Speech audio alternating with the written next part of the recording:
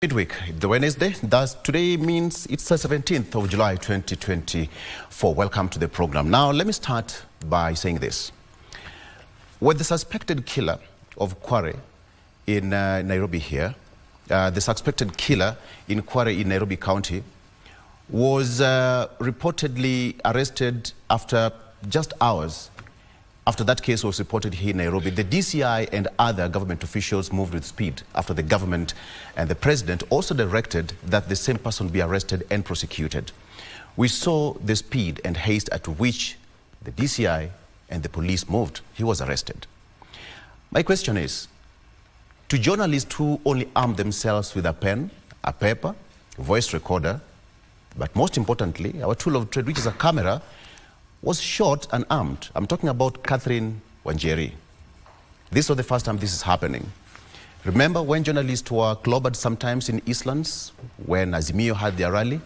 Nobody was prosecuted. Albeit some of the police officers who were also captured on camera doing the same, nobody has been prosecuted. My question is, until when? We are just journalists doing our thing, but that is just that. Even peaceful protesters armed with only a bottle of water, a flag, a whistle, and some of them have their phones and their copies of the Constitution in their hands are being shot. Can the government also move with speed and arrest and at least justice to be seen as done? My name is Victor. Welcome to the program. This is Good Morning Kenya. Mike, how are you? I'm very fine. And just to add on to what you said, the speed with which the DCI moved to arrest the alleged killer should be the same speed that they use to arrest the rogue cops who are shooting unarmed Kenyans, and especially journalists who are just doing their work. My name is Mike. Welcome to the program. This is Good Morning Kenya. We witnessed yesterday another round of protest by the young generation. Most businesses were closed within the CBD and in other parts of the country. Now, that is something that the youth are saying they continue to do until good governance is realized. Now, as that is happening, the church the other day also called on the Gen Zs to embrace dialogue and also do away with their hard stance on protests. And the president also the other day also said that some foreign entities are funding the protests. So where is this all heading to? We'll be looking at the state of the nation in our political segment, and in studio I'll be joined by Honorable Wilson Sosion, who is a former nominated MP, and also Honorable Francis Mwangangi, who is the Deputy Governor Machakos County, and also Ismail Nyaribo, who is the advocate of the High Court, and also George Kithi, who is also the advocate of the High Court. You want to tune into that conversation. Good morning, Ray. Well, good morning, fellow journalists, and I'm calling you that deliberately because I tend to think, you know, the Media Owners Association, the Kenya Editors Guild, as well as, you know, the Media Council, has to take a stand when it comes to the safety of journalists, especially while covering such demonstrations, because yesterday was a bad sight. And just going back the last 3 weeks that journalists have been covering these various, you know, volatile situations, we have found ourselves in the crossfire. Yesterday, it was Catherine Wanjeri, just next door there. She's nursing gunshot wounds, and that goes beyond even those others who were either doused with tear gas and that pepperish water, all in the name of wanting to be the society's watchdog. That is the role of journalists, actually, in the media at large. We tell you what they don't want you to know. We are there to put it at the front and let you make the decision. So we'll keep doing what we have to do, but we have to do it within the confines of safety. That's our clarion call as journalists across the world, I'm sure, and especially back home. And I'd want to start this particular bulletin with quite a catchy headline in one of our dailies, and my colleagues are going to be perusing through that particular daily this morning. And I'd want to bring your attention to that. That is 50 there. And it goes to say, 50 is not but a number. Good morning once again. This is in the headlines on Good Morning Kenya. Now let's bring you up to speed with what has been making headlines in the last 12 hours, and you can be part of that conversation. Get us on our official X at KBC Channel 1. Now, at least 20 people were injured, with some suffering gunshot wounds during the Tuesday protests in parts of Nairobi, Nakuru and Kajiado. In Kajiado, a journalist from one of the TV stations was shot on the leg while covering the protest, while in Kitengela, another person was shot as the protest turned violent. At Kenyatta National Hospital, 18 people were rushed to the hospital following injuries sustained during the protests that police say were infiltrated by goons. What began as peaceful protests turned increasingly violent, with police having earlier warned of intelligence reports of a plot by organized gangs to infiltrate the protests. The Tuesday demonstrations will leave casualties in its wake, with some suffering gunshot wounds. At Kenyatta National Hospital, 18 people were attended to after sustaining injuries from the Tuesday protests. Many of those injured were from within the central business district, where protests turned chaotic. In Kitengela, protesters engaged anti-riot police in running battles, prompting GSU officers to repel them amid scenes of looting. One person sustained a gunshot wound and was rushed to Kitengela Sub-County Hospital in critical condition. In Nakuru, eyewitnesses recount scenes of violence, including the shooting of 3 individuals, among them journalist Wanjeri wa Kariuki of Media Max Limited. Nilikuwa family bank kulipia mtoto school fees, anasoma Maria Veronica. Sasa kwenda kulipa school fees, mimi natoka nikizani imeisha. Kupass ndio hiyo wananituangia tu hapa. Ai, wameshusha tu yatia kasi tu ovyo ovyo. Hata sikujua imetokea wapi. The Kenya Editors Guild and Kenya Union of Journalists have since condemned the shooting of a journalist, calling on IPOA to investigate the officer involved in a shooting within 7 days. And trust me, we will not relent in asking the police, especially, to mind that journalists are not only just humans, but also are out there doing what they were meant to do. And as such, excessive use of force is actually unlawful. Now, plans are underway to establish the Coroner General's Office as per the National Coroner Service Act of 2017. In a statement on Tuesday, the Ministry of Interior and National Administration recommended to President William Ruto to initiate the process of establishing the Coroner's General Office, which will be charged with the role of investigating deaths, including those involving police, as well as ensuring accountability and transparency in cases of suspicious deaths. Timothy Kipnusu with the details. Following the deadly protests that have replicated in most parts of the country, the Ministry of Interior and National Administration is now pushing for the establishment of the Coroner General's Office as per the National Coroner Service Act 2017. The Interior Ministry has recommended to President William Ruto to initiate the process of establishing the office to investigate deaths, including those resulting from police action, as well as ensuring accountability and transparency in cases of suspicious deaths. The ministry has, however, called on the security agencies to make use of non-lethal force to ensure public safety while respecting the sanctity of human life, as stated in the Constitution. While regretting that what began as an expression of divergent opinion over the Finance Bill 2024, the ministry says the situation has escalated into violence, resulting in loss of life, destruction of property, denying family livelihoods. The Ministry of Interior is asking Kenyans who may be aggrieved by police action to seek redress through the criminal justice system, including the courts, adding that already the Independent Policing Oversight Authority IPOA is conducting independent investigations into several allegations of alleged police misconduct. In the meantime, the Acting Inspector General of Police, Douglas Kanja, earlier on Tuesday warned of plans by organized group to infiltrate and destabilize the planned peaceful demonstrations organized by young Kenyans. In a statement, Kanja revealed that they had received credible intelligence of such plans, which could potentially jeopardize the safety of demonstrators.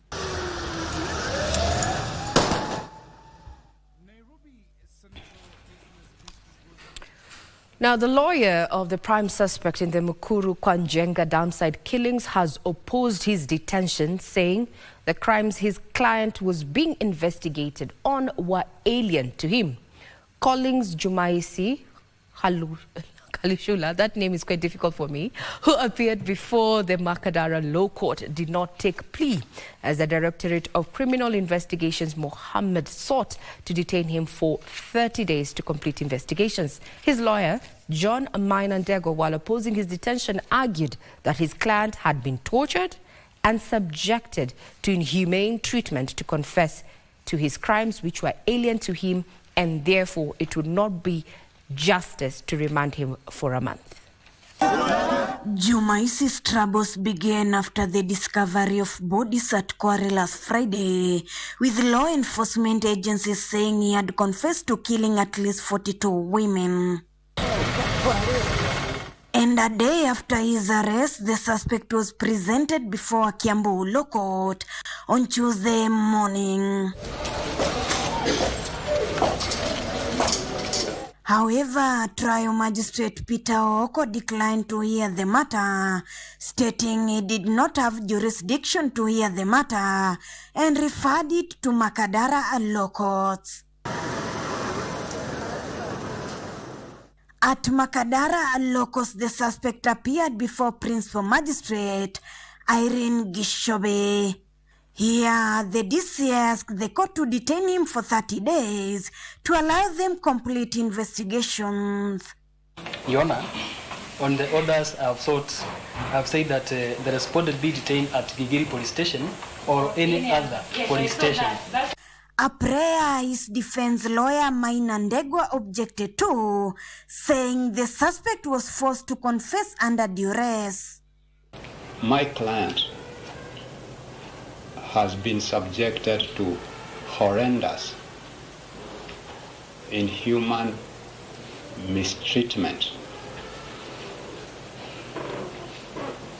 so that he can confess to issues which are alien to him. His lawyer urged the court to allow him to be taken to hospital as he needed urgent medical attention. I pray that the court directs for urgent medical attention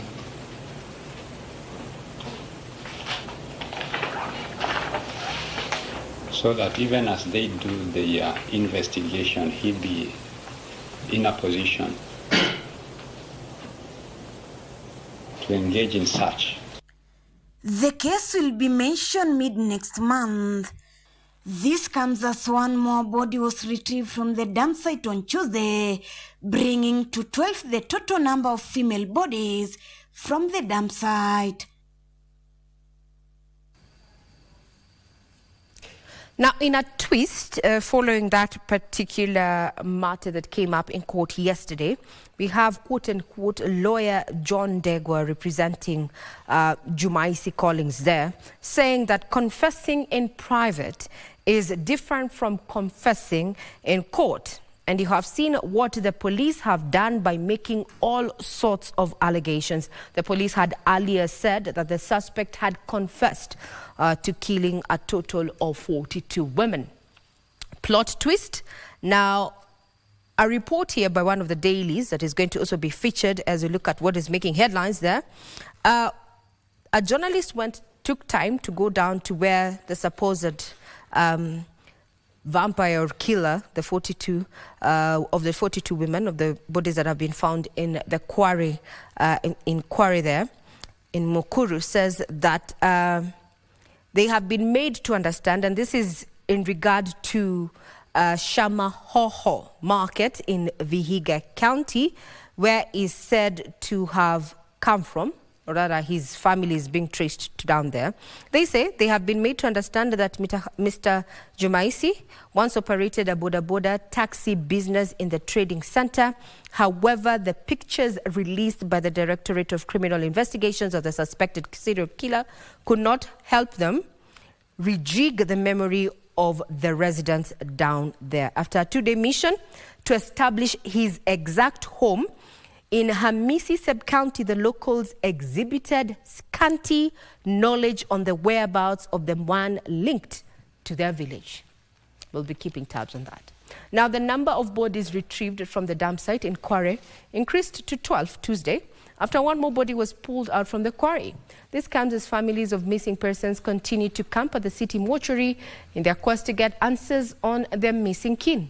This comes as the police say that they have arrested 2 other persons of interest in the killings, namely Amos Momanyi Mogusu and Moses Ogembo. Our reporter Serafina Robi has the details of this developing story. An eerie silence engulfs the city mortuary as people gather in small groups inside and outside the premises in search of their kin. There is heavy police presence on the roads near the mortuary too. A few hours later, police Land Cruiser arrives.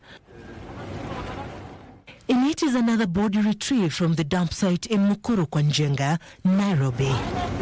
The police lift the remains of the unknown individual and move it to the morgue.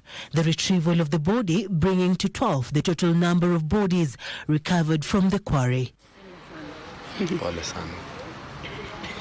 Celine Ososo is a distraught mother who, besides hoping her daughter is not part of the statistics, is in search of her, saying she disappeared on the 19th of June this year. Anaitwa Wilikisa Night Ososo, penye ameishi, anajulikana kama Blessy. Na huyo mtoto siku yangu ya mwisho kuzungumza na yeye ilikuwa tarehe 9 mwezi wa 6. Ilipofika tarehe 19 akapotea. Having traveled all the way from Busia to Nairobi, she's almost in tears as she pleads with the government for help. Na alikuwa mtoto mzuri sana. Akiona kama mimi nimekasirika, alikuwa mtoto mwenye wa kukimbia kuleta Biblia. Alafu ananipatia mawaidha kupitia kwa Biblia. Her story mirrors that of tens of other families present at the city mortuary who wait with bated breath, hoping the kin will not be among those killed, but nevertheless hoping for some kind of closure as their whereabouts remain unknown. On Monday evening, government pathologist Johansen Dor conducted autopsy on 3 body bags. What we need examination of pieces of upper part of the body. So there's one upper part of the body which contains the head, the chest, and the upper limbs, and the trunk. On Tuesday, the autopsy on the bodies retrieved from the quarry was suspended due to the ongoing protest as transportation within the CBD was hampered. The X-ray process, however, continued. What we can confirm is that today they're just doing the X-ray of the bodies they've received, the scanning.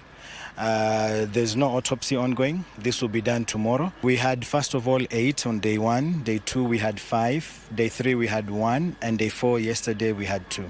And the retrieval process is still ongoing? The retrieval process is ongoing. From what we understand, even now, they've already recovered 1 body. This comes as families call for support. Meanwhile, police say they have arrested 2 persons of interest in Mukuru murder, including Amos Momanyi Mogusu and Moses Ogembo. Mogusu was arrested at City Cabanas before he led the police to Ogembo's house at Mukuru Kwaruben, where a total of 154 used mobile phones were recovered. Ogembo is said to have admitted being sold for used phones by the prime suspect. It's a cry for justice as distraught families continue to stream here at the city mortuary, hoping to find their loved ones that have disappeared in the past, especially during the ongoing protests. Serafina Robi from the city mortuary, Nairobi.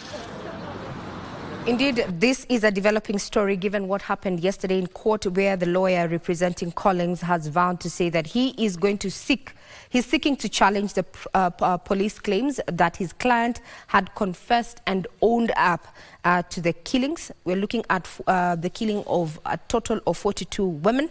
And the two who were arrested yesterday were arrested being in possession of the murder victims' phones. So that is one of the reasons. And now 33-year-old Collins Jumaisi, who was arraigned in court yesterday, will be detained by the DCI for 30 days to allow completion in the investigations. We'll be keeping tabs on that particular developing story that has taken the country by storm, and also we'll be looking at what is going to be happening at the Quarry site this morning, given that bodies have been retrieved there all the way from last week.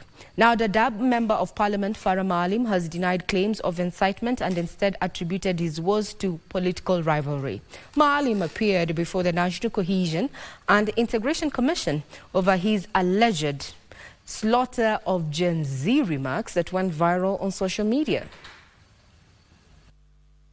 After skipping summons by the National Cohesion and Integration Commission (NCIC) to shed light on alleged controversial remarks on Gen Z protesters, Dadaab lawmaker Farah Maalim appeared before the commission on Tuesday. The MP was summoned last week after he was captured in a viral video allegedly suggesting the slaughtering of 5,000 Gen Z protesters following the parliament invasion. The reality of the matter is that there is a small element that was edited. However, after long hours of in-camera grilling by the NCIC commissioners, the MP denied the accusations, claiming the video was doctored. I have never called for violence. I would never harm my own children. I have children who are in Gen Zs themselves. He instead blamed influential persons in Somalia who are against his push to have the Dadaab refugees reintegrated back to their country. I have 450,000 refugees in my constituency, and I want them back to their own country. So they have to settle down there. You get my point? Our politics are intertwined. I pushed very hard for Somalia to join the East African community, and I'm pushing for even bigger than that. He, however, failed to produce an alternative video of his remarks, saying he lacked a media team. The Dadaab legislator further denied claims he was ejected from a Mombasa hotel and banned from several others in protesting the hate remarks. I didn't need to stay in that hotel. I only stayed there for the period we were there. And I was joined the same day when we were finishing on Friday. I was leaving the place. Is when my family came to Mombasa and were basically in our own premises there. He, however, disclosed his Wiper party has not written him on any decision to whip him from the position of deputy party leader in parliamentary committees, including the Speaker's panel. The Cohesion and Integration body is now expected to verify the authenticity of the viral video. After snubbing the summons on Monday, Dadaab Member of Parliament Farah Maalim today appeared before the NCIC and denied allegations of incitement, saying he's determined to clear his name. 9 petitioners have written to President William Ruto seeking to have Meru County government suspended and fresh elections held. The petitioners argue that service delivery has been affected owing to irreconcilable differences between the county assembly representatives and the county executive. The petitions say they have collected 110,000 signatures in support of the suspension. Nancy Quarry with the details of the president's troubles facing Meru County government. The 9 petitioners seeking the suspension of the Meru County government are Jesse Mutuma Miritia, Doris Mogore Kirigia, Patrick Obumodhuri, Monica Njeri Kagumo, Jesse Waiti Karuga, David Muthengi, Felix Mutogi Mwirigi, Peter Kithinji and Glory Kaguri. The petitioners said that the wars in Meru County began in 2022 when the county governor Kawira Mwangaza nominated 10 members of the county executive committee, only for the county assembly to reject 7 of the nominees. Trouble within the county would further escalate, with the county assembly attempting to impeach the governor 3 times. The petitioners are arguing that impeachment is being used by the members of the county assembly to get back at the governor for allegedly denying them a chance to loot public resources. The petitioners have also cited conflict of roles, with the County Assembly and the County Executive appearing to compete on who implements projects. The existing strained relationship between the County Assembly and the County Executive Committee is said to have resulted in objectives of devolution not being realised in the county. The petitioners now argue it is time to dissolve the county government. They have since managed to collect 110,000 signatures in support of their cause. Meanwhile, a section of students have added their voice to the debate. Tuna support mama asitoke kwenye kiti. Maana MCA wanafanya hii kazi yao ya kuimpeach mama, hakuna kazi wanafanya. Kila saa ni kuimpeach mama. Miaka inapita na hakuna kitu wanafanya. Kwa hivyo sisi tunasimama na mama. Tunasimama na mama. Nataka kusema hivi, wenye mna impeach mama, tunataka mama. Tunataka mama. Sisi tunasema for Meru to go well, for Meru to prosper, mama must go. We have been suffering. Hakuna development. Tunaenda kujenga gate pale. Hiyo pesa yote ya development, hakuna dawa. Unaenda kutibiwa na gate ama unaenda kutibiwa na nini? Ni kwa mgonjwa. My troubled county there. I hope the president is going to intervene and ensure service delivery on ground. Now to matters business, the Seven Forks solar power plant is expected to start operations December 2027. Energy Principal Secretary Alex Washira says the 8.4 billion shillings loan facility funding from the French Development Agency for the project will see the plant offer cheap power tariffs in the country. The Kenya Electricity Generating Company, KenGen, will start construction of the 42.5 megawatt solar plant at the Seven Forks early next year. The project will add clean power to the national grid in a bid to complement the hydropower during the day. The 8.4 billion shilling solar plant is expected to offer the cheapest power tariffs in the country once it starts operations in December 2027. One of the cheapest solar plants generating at 3.83 with battery backed is going to be at the Seven Forks dams. The power generating firm says they have onboarded 2 investors in their green park in Olkaria, with a number of investors seeking licenses to set up shop near the geothermal sites. The objective of all this is to make Kenya the manufacturing hub for Africa and also for the world. This comes even as Kenya expects to add another 70 megawatts from the Menengai geothermal sites as Gov't and Kaishan complete drilling of their wells. Anticipating to bring on board 70 megawatts, 35 from Gov't and 35 from Kaishan by December 2025, and that will be Menengai. These new geothermal projects will lower the cost of energy and make Kenya a more competitive manufacturing hub. Kenya, which is ranked the 7th largest producer of geothermal power in the world, has also shown interest in getting a permanent seat at the International Geothermal Commission and has applied to host the 2029 Geothermal Congress as it plans to consolidate its position as a regional leader in clean energy. Now you have up until 31st of August this year to update your electricity meter so that you can continue actually enjoying electricity, access to electricity. This is as per a notice from the Kenya Power Company there that is currently undertaking an update of its data, rather accounts, if you like. So August 31st is the deadline for this particular free exercise. We cross over to sports, where Malkia strikers coach Japhet Munala insists that the Kenyan girls must work on their reception and net defense if they are to stand any chance of winning a medal at the Paris Olympic Games. Malkia's weaknesses were evident during their friendly match against Istres in Meru, southern France. KBC Channel 1 will televise live the Paris Olympic Games, which officially commence on the 26th of this month.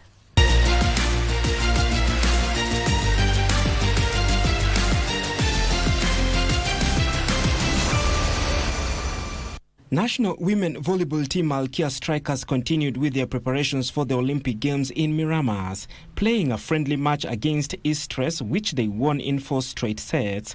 Despite the dominant display that saw Malkia winning all 3 sets plus the additional set 25-13, 25-16, 25-12 and 25-15, head coach Japhet Munala was not content with their defense just 10 days to the start of the Olympic Games in Paris. This team has given us an opportunity to know where we are not doing well So when we come to training, we are going to rectify those mistakes, especially on the reception and on the net defense.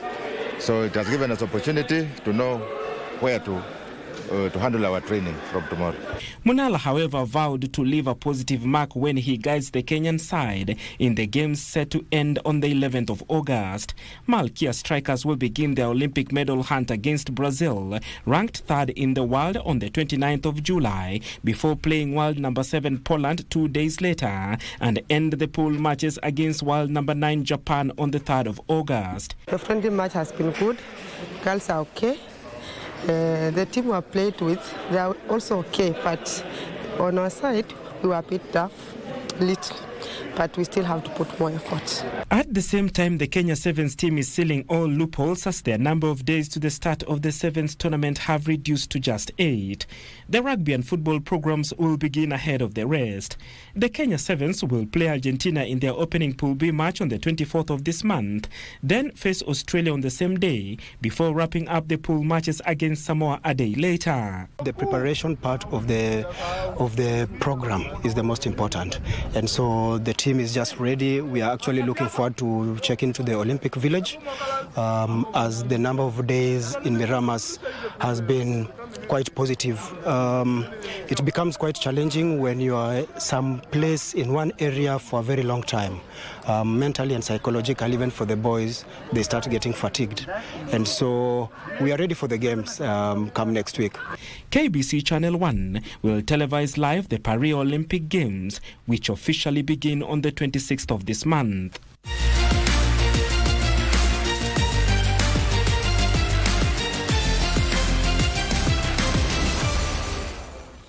Well, that puts a cap on matters in the headlines this morning. Be sure to peruse our website, that is www.kbc.co.ke,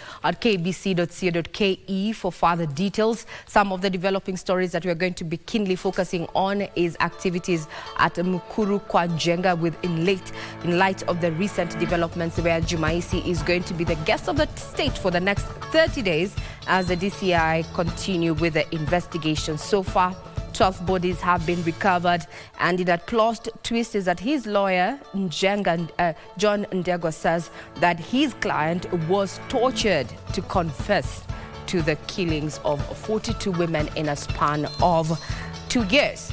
One of the headlines this morning, 50. It is not just a number. This is the number of lives lost during the latest protests. We'll be keeping tabs on that. I'm Regina Manyara, leaving the capable hands of my colleagues Mike and Victor for the rest of your programming.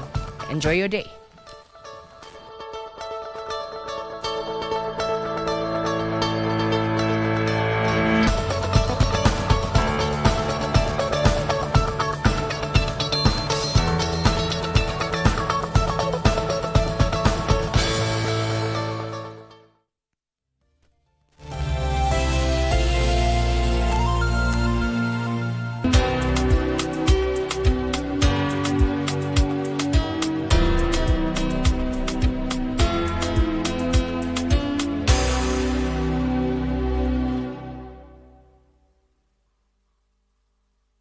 Are you looking for a brand-growing outdoor advertising with beautiful simplicity and an artistically inspired choice? Look no further. Our 40 years of credible reputation and experience will give you exceptional brand traction.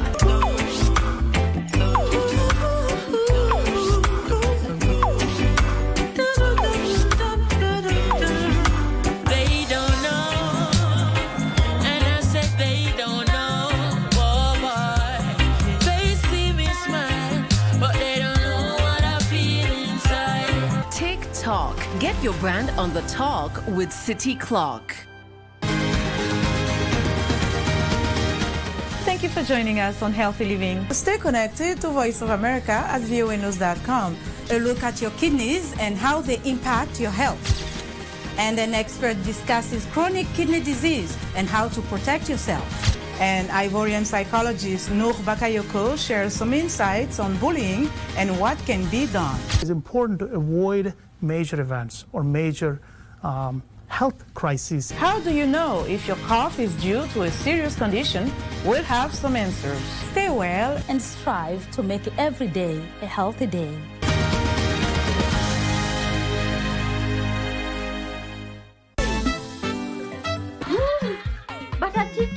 just wondering, are you this happy because of a single day, Hivi? Yes, for shallow thinkers like yourself. But it is much deeper if you view it in my perspective. There is so much to be grateful for. Especially having survived such an year. Phew, God is great. Halafu bwana kale kaukari ni kachoko I don't think it is enough for all of us. All of us or only you? Even me. Halafu bwana kasani. Bwana, was it meant for just one person? What are these? I have never seen this toothpick with a sponge. Those are earbuds. They are used to clean your ear, not toothpick with sponge. What is toothpick with sponge?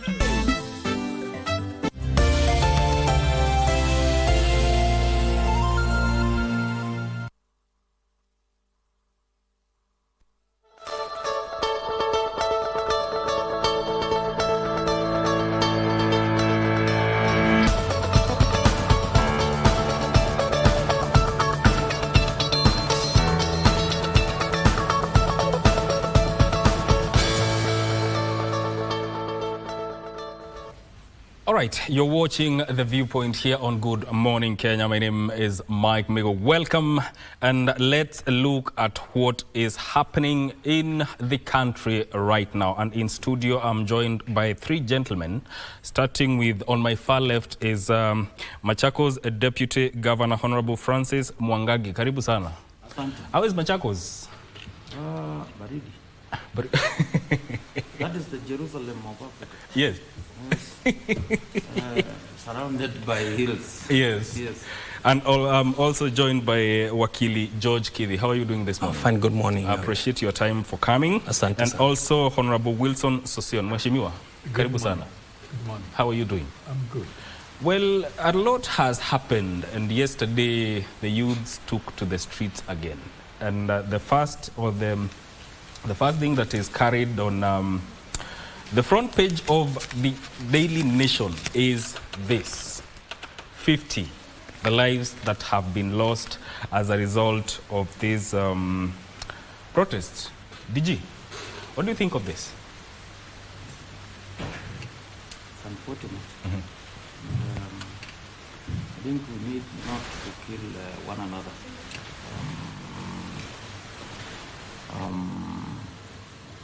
Protests are supposed to be peaceful. They are guaranteed in our constitution. And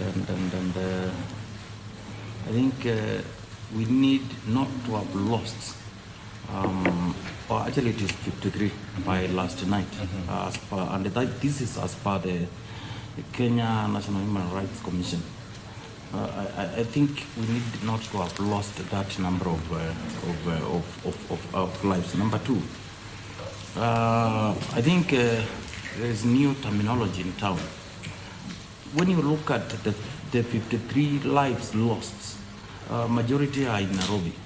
And I think before the immediate former IG left the office, the Nairobi commander was, and actually he has done more than any other security officer has ever done.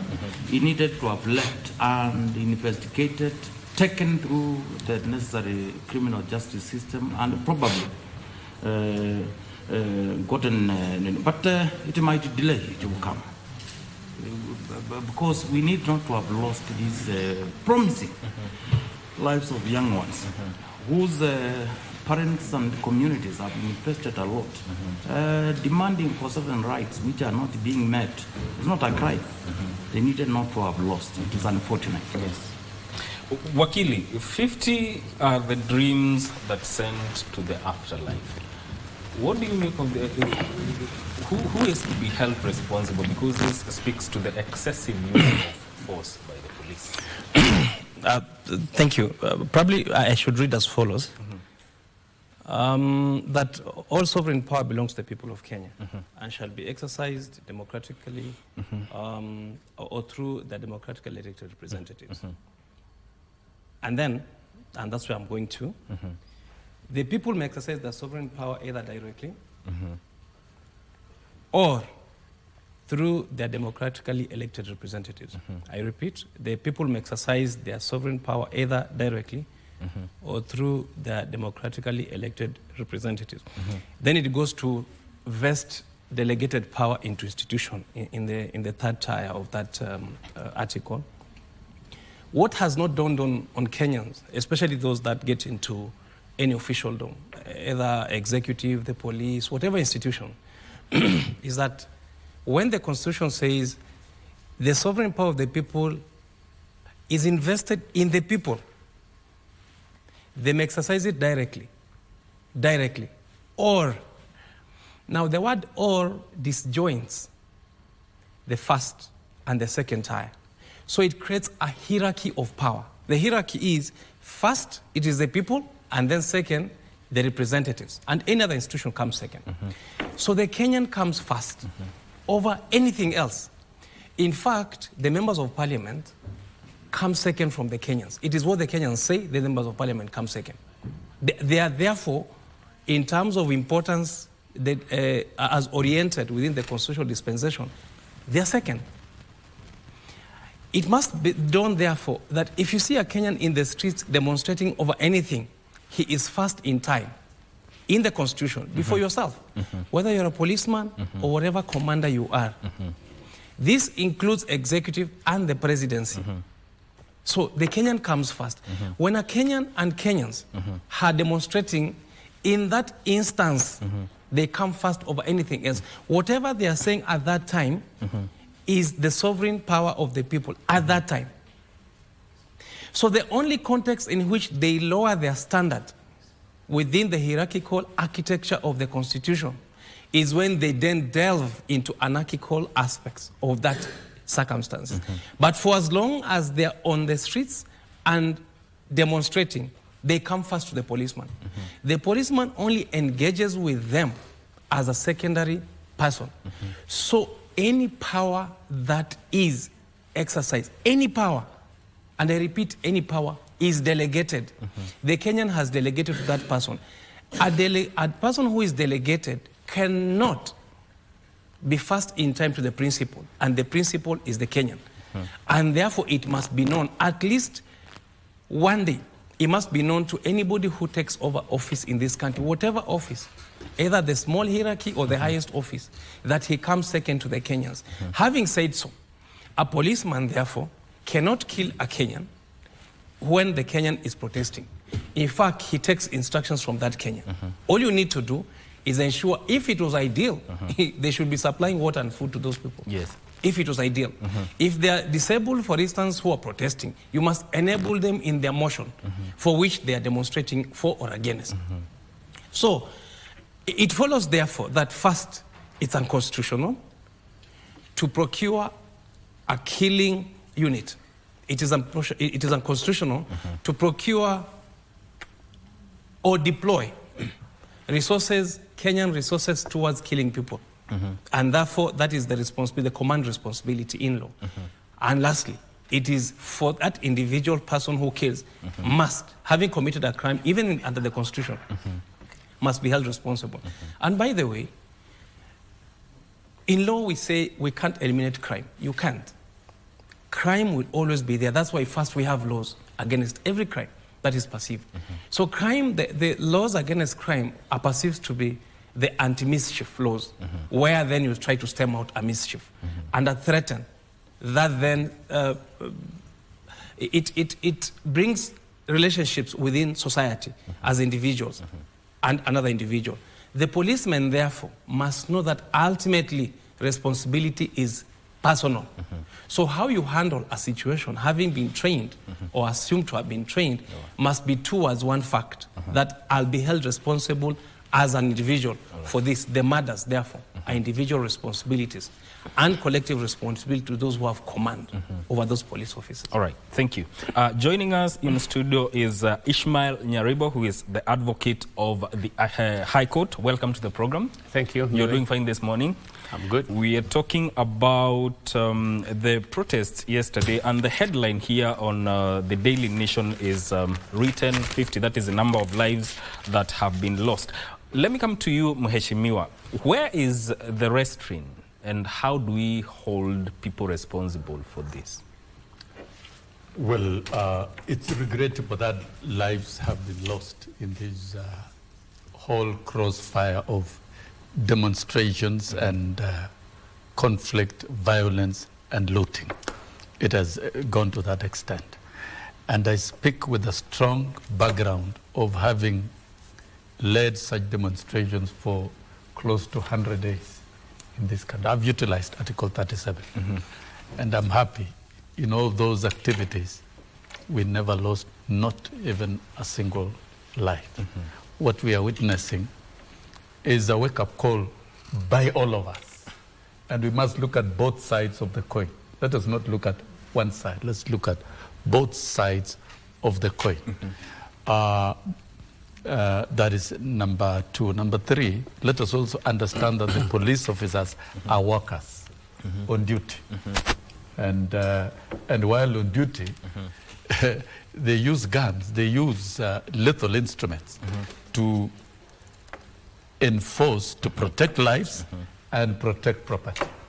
Now, what the characteristics, we've been observing these demonstrations, and I love demonstrations, particularly when they are peaceful, when there's no violence, you're not hurting anybody, you're not digressing from demonstrations to burglary of stealing property and destroying people's businesses, which we are seeing all over in the country.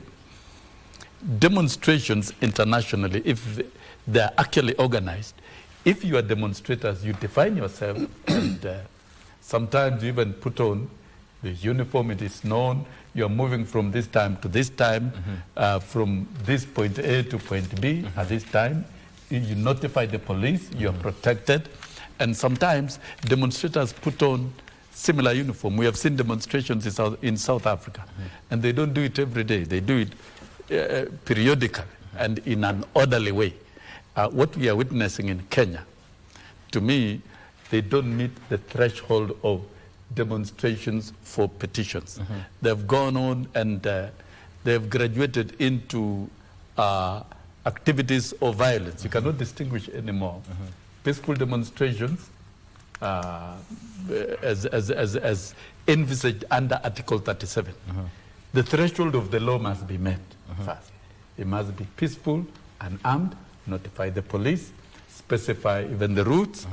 I don't think this is what we have seen. Like what we saw yesterday, the police struggling with people looting business premises all over the country, and others engaged in some form of violence.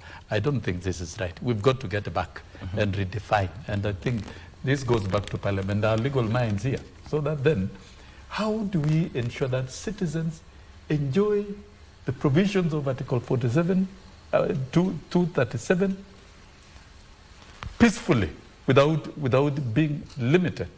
If we version violent activities and demonstration that we are seeing, which regress into violence, like when I checked with the, particularly in Nairobi area and many places, really there were no organized, designated demonstrations and demonstrators who were petitioning, and they were not taking petitions anywhere within any government office or any institution within the city, but there were random activities of looting.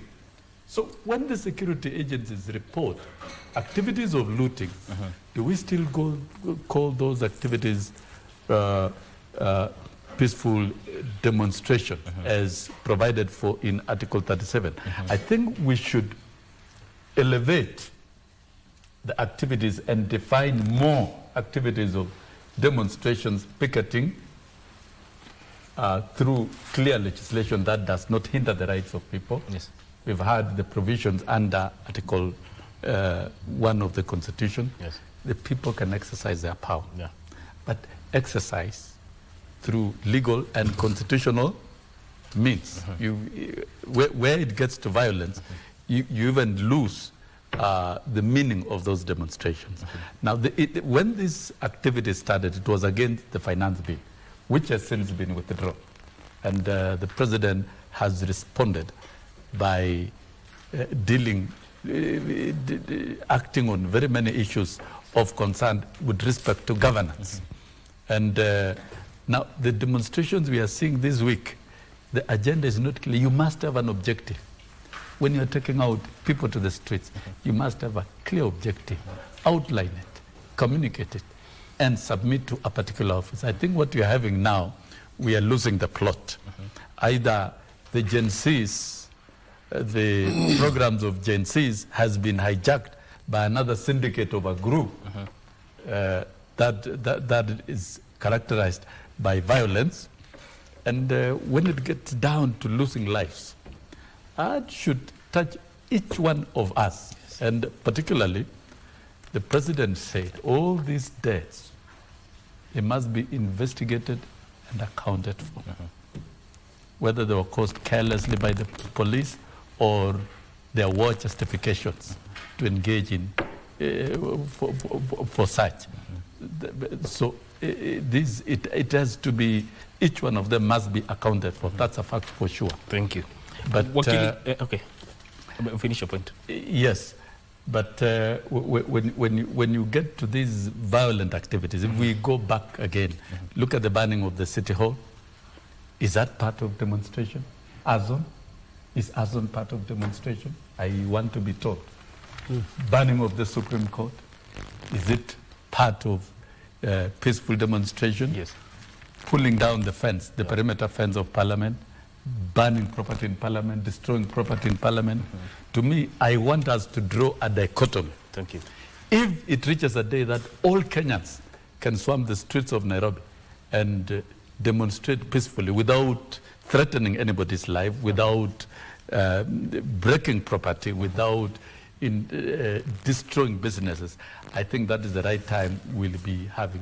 We've not met the threshold of peaceful demonstration, especially when they are not organized, when they are not designed. It becomes even very difficult for the police to offer security. Because you don't know who are organizing, where they're coming from, where they are ending. They are saying they are tribeless, leaderless, and everything. But I want to hear the sentiments of Wakili Nyaribo on this. So far, the nation is reporting that 50 lives have so far been lost. So who do we hold responsible for this? And also we witnessed yesterday one journalist being shot.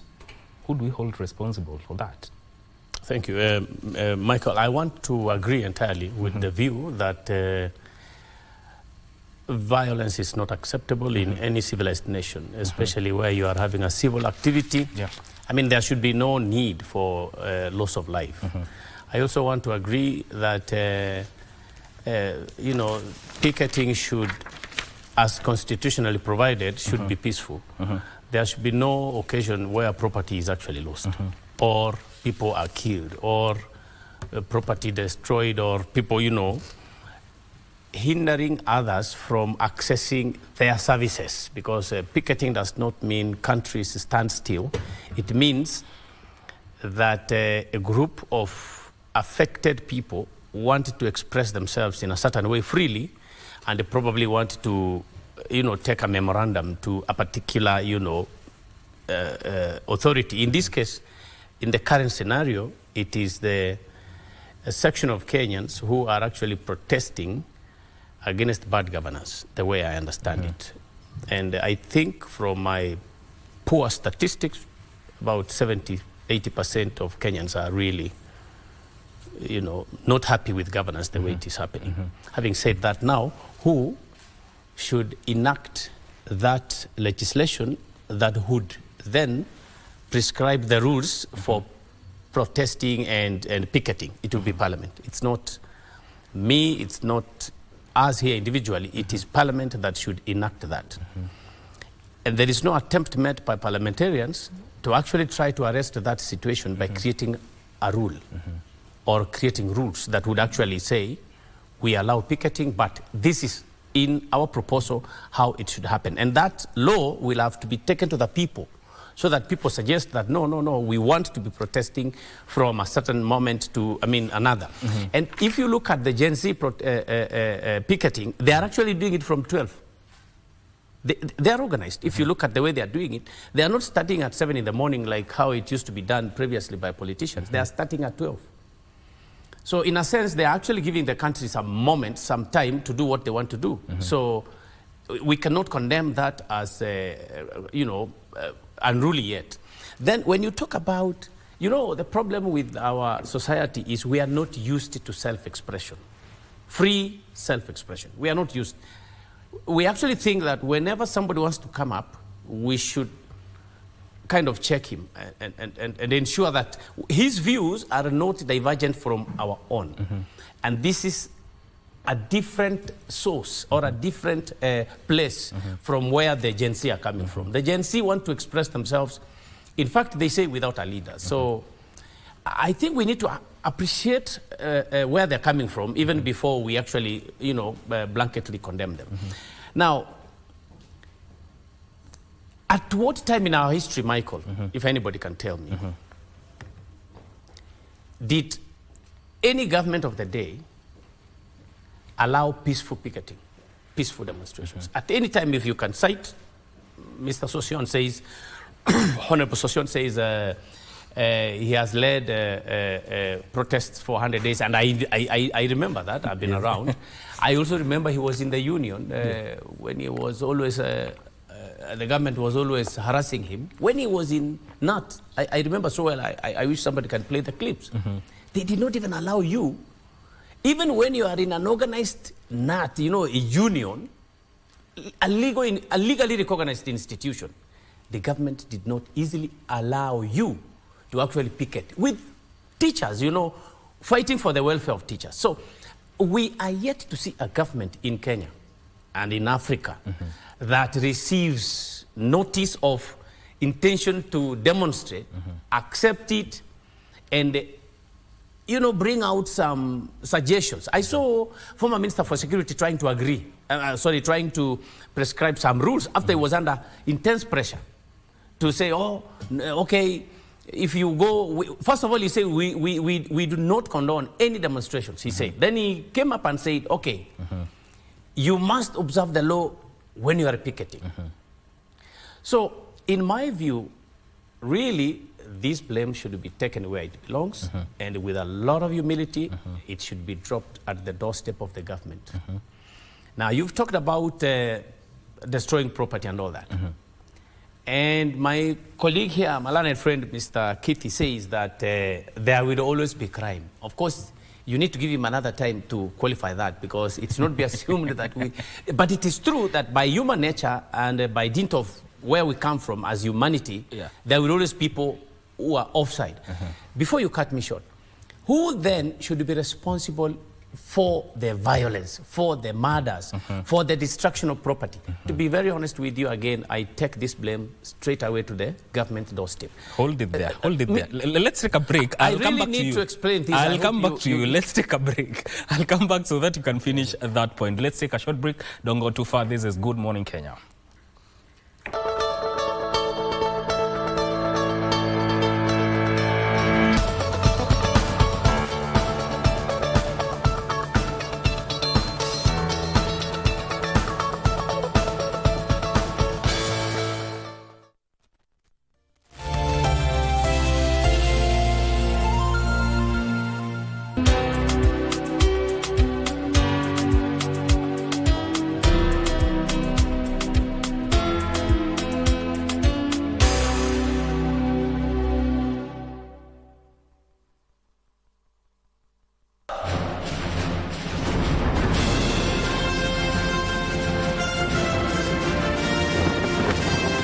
France welcomes the world for the Paris 2024 Olympic Games.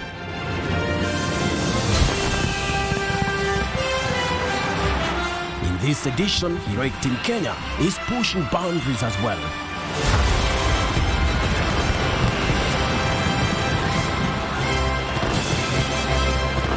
An Olympic gold medal.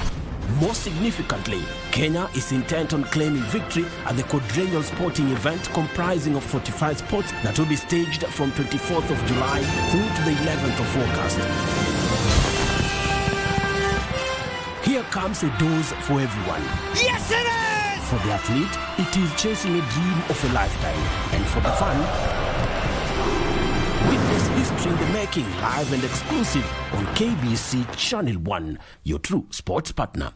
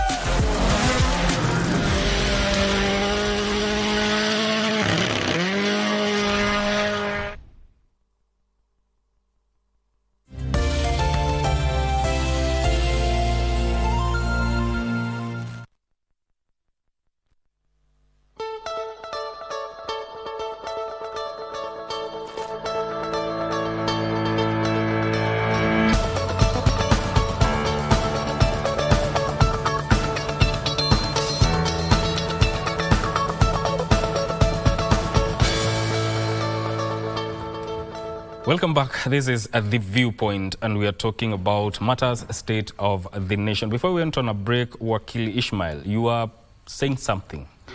Continue on that. The burning issue is there is always crime. There will always be crime. It was there before Christ. It will be there all the time until we go to heaven. Yes. But the point here is, it is the role and responsibility of the government to understand the situation happening in any part of the country, and they must read in time. They are vast, investigative and let me say spying capabilities to understand what will happen tomorrow. At least 90-95% prediction. So they should. It is the government who should now know. We will put this number of police here. We will request the prisons to come and assist. You can see now they also ask the military to come in. So that should not take the country by surprise. The government should not be caught off guard.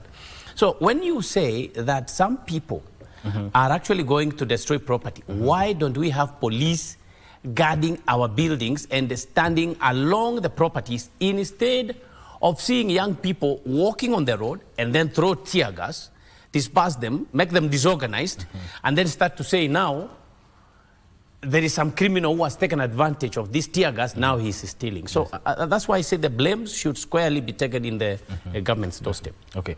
DG, with all this, will these actionable solutions that the Gen Zs are proposing placate them, and how fast should they be implemented to ensure that there are no more protests? Thank you. I think as a country, we have an history. And a certain professor says, history never tells you goodbye, but see you later. That is Eduardo Galeano. I will tell you, the history we have here is that of unfulfilled promises. Okay? The same issues that have taken this generation Z to the streets are the same issues that had taken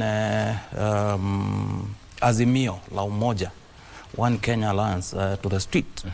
Now, we have a report that came out of it. It was kept somewhere until they started demonstrating. Then somebody rushed to organize signing of our KBC Amended Act. Now, that kind of operation is not one of the best. Number two, this group has specific demands. And so far, I think they are demanding this. Somebody is acting on a different thing which nobody asked for. I've never read anywhere in those demands somewhere a broad-based national government or government of national unity. Nobody, no Kenyan. Yet it is being sneaked into the discussion. Equally, I've not heard that people demanded specific actions on some of these people who are perceived to be living lifestyle that is not normally theirs. And they said, act on this, not what we are seeing. Yes. So, from where I sit, I thought the government, the Kenya Kwanza administration, will sit and analyze each of these demands, see what can be acted upon. The one that cannot be acted upon, they tell Kenyans as such. And that way, we will be honest to ourselves. Number 2 or 3, Kenyans are in the streets simply because somebody did not listen to them. When you see all this kind of picketing, it ends. Even during my tenure in Parliament, people ended up in the same Parliament. Why? That is where the oversighting of the government happens. That is where the legislation of this country takes place. And people end up there.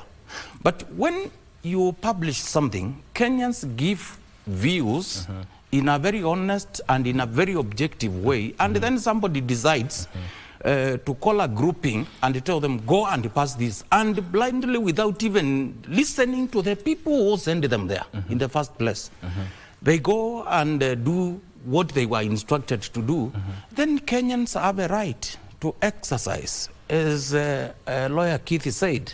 Now the power belongs to us, all of us as Kenyans. We can now take it and exercise it directly, and that is what is happening. Now, I think it needs not to go without saying. What Kenya Kwanza are doing, and the aspect within Kenya Kwanza, not the Kenya Kwanza as a whole, but I suspect some individuals within Kenya Kwanza, is whenever these demonstrations are organized, they also organize some funny fellows to go and interfere with this, so that they can create ground to say, you can see, these demonstrations are not peaceful. I also suspect in fragile states, you read that people tend to have units within the bigger systems to disrupt what is normally happening, and it should be happening in a certain way. What am I saying? I think even also within our national internal security agencies, there could be elements operating outside the normal commands. And that's why you are seeing so many people are dying in certain areas more than anywhere else. Yet the same demonstrations are happening. Kenyans recall the first demonstrations happened, and it was so peaceful, so well organized, because nobody interfered with them. But from the first one, I think the government got so scared, they decided now to start this interference. And that is why the person in Nairobi, the one heading the command in Nairobi, has hung the butcher of Nairobi, because he has butchered so many people within a very short period of time, and yet is in the office. In fact, I'm surprised, even as late as yesterday, you are seeing him moving around. He should have gone before even IG Kome left. Thank you. And you know that view is supported by former government operatives who have said that whenever there used to be demonstrations, they used to go carry fecal matter and go and pour in some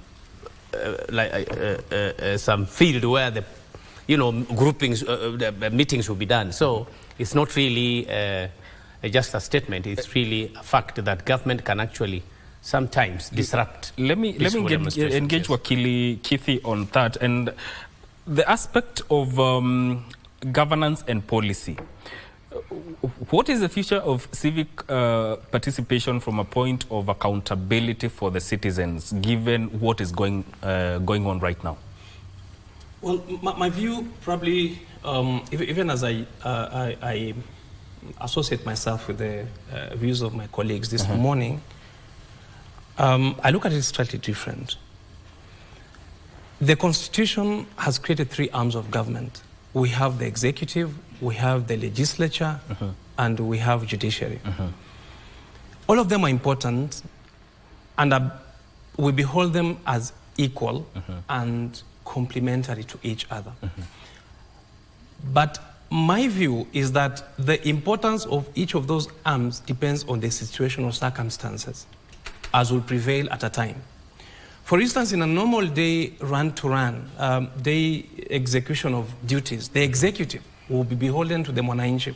In fact, on every day, there's an interaction between the executive and the mwananchi on account of the operations of the country and the government, therefore. Then there is the legislature. And when a time comes when we elevate, or there's need to elevate the stature of any of those arms, during presidential election, we all glued to the TV when there's a dispute in court, and therefore we have elevated that arm into reorganization or organization of the entire country. In fact, the judiciary can pronounce who is a president and who is not. And therefore, each arm gets elevated at a point. The dominant one, seemingly on account of the functionality, will be the executive on a day-to-day running of government. But I want to say this. Members of parliament are elected by the people because we can't all come to Nairobi to speak. We can't. Members of parliament are people sent to a common area, a house, a place where they can speak, each speaking in a certain language. In fact, if it was possible, each speaking in his own ethnic language, to express for the people that they have been sent for. So then they leave their village or their homes to come home to congregate in a common area to speak for the people. These are the people that ought then to take responsibility when the people speak. When we are here and we say Article 1 is being exercised, and yet at that point we are still paying people to exercise on our behalf, it means there's failure. Therefore, all this is the suspicion that Parliament cannot represent us. Parliament has failed this country. It is the weakest point. In fact, they should be gone before the entire cabinet went. Oversight is the functionality of Parliament. Why is it that we Kenyans had to go to the streets in the name of Gen Z? But I can tell you, when Gen Z speak, they don't speak as Gen Z. Certainly they've had the complaints by their parents, by their society, and at times they're even oriented on what to speak. So therefore, when cabinet gets sacked by president, when parliament was available to impeach them or to call on them, more often it can't pass that parliament has failed. When then we have to go to streets to take our democratic responsibility as first in time before members of parliament, is because those that we sent have failed. So why are we here? We are here because of many reasons. But the main reason is our weakest point. That parliament should have gone before the cabinet. That parliament has failed this state. That parliament, as if it was a joke, allowed itself to be captive of executive. Now the executive is taking responsibilities that, upon oversight, should have been taken by parliament and wouldn't where we are. The people have lost faith in the executive in terms of trust. But again, that trust should not have been broken if the executive was checked by parliament. It is parliament that must take responsibility for all that is going on. Thank you. Mheshimiwa Sosion, do you agree that the parliament has failed in this role, as Wakili says? No, I don't think so. I think my Wakili is here, and maybe Mwangangi has the right experience of the National Assembly. I don't think parliament has failed. If anything, there's been a lot of legislation, pieces of legislation that have been enacted by Parliament to implement the Constitution and to grant this freedom. And those of us who have not gone to other jurisdictions within the continent and the rest of the world do not know the level of democracy that we have in this country. But do you agree that it took the extent of Gen Z demonstrating to have the cabinet indeed done away with? That is not function of parliament. Doing away with the parliament is not the function of, doing away with the cabinet is not the function of parliament. So you've asked a straight question about whether parliament has failed. It has not failed. It must be supported to engage in further legislation where needs arises, so that then the people can exercise much of their power that they don't need to exercise directly through the representatives. Most of the power that the people would always exercise is at the ballot. They did it on 9th of August 2022, elected a president, elected other leaders to various offices. And therefore, those leaders should be allowed to function, and therefore our institution must be enabled to function. I think it is wrong to assert that the Parliament has been hijacked by executive. It is a wrong thing. It still remains independent, and by the structure of our constitution, we still have majority side and minority side of the House. And majority side will always be linked by the House. There are political parties, parliamentary political parties, and of course, straight with sponsors. All the members of Parliament who are in Parliament are sponsored by various political parties, except those who are elected independently as individuals. And that is the nature of structure of Parliament. But to rebut on a few comments, because it is important to set. Before you come to this comment, I want DG to respond to that. Do you think the Parliament has failed in this regard? Yes. And again, yes. I think... Affirmatively, yes. Yes. The reason why, let me cite one example. The finance bill. With all due respect, and to Mheshimiwa Wilson Sosioni, and I think really the Sosioni I'm seeing is not the one I know. You see. There was the time. Let DG respond. There was the time you could hear Sosioni speak, and the country would have spoken, and the world will listen. Yes. Not now. You see, the example I'm giving is we had a finance bill. Everybody was invited to Parliament and gave views. I want Mheshimiwa to tell the country which specific argument from the public they took into that bill when they passed it. Zero. It was rejected. Okay? So in this case, I think what we are seeing, I might not per se say Parliament has completely failed, but I will say it has been hijacked. Yes. No, it is under control of somebody else. I'll let you respond. I think that's the right of response. I'll give you your time to respond. Let Wakili respond. I think then the right question, and I'm not 1 minute. I'm not framing it for you, is why has Parliament failed? Because you look at your viewers and the reviews they are giving, and it's obvious that the government, the Parliament has also let down the people of Kenya. If you ask whether judiciary has failed, again you will see the people's verdict. So why do we have failed institutions? But you are asking for now about Parliament. This happened in 2022 when, upon elections, once they were closed, it was clear how many members of Parliament have come in through ODM, through Wiper, through UDM, through other parties. A minute, Michael. Then the winner, or the one who went into State House, quickly approached the people who were elected in another party and actually killed multi-party democracy. It is not the first time I'm saying that. I have said it before. That level of manipulation of exercise of the people's will is what started to sabotage and undermine democracy. So when people went to Parliament and they have been elected under ODM, they have been elected under UDM, they have been elected under Kithi's party, and then they all of a sudden decided, no, I am moving over. You see, they already let down the people who elected them democratically. And from that time now, we started seeing now a fake, quote-unquote, fake majority.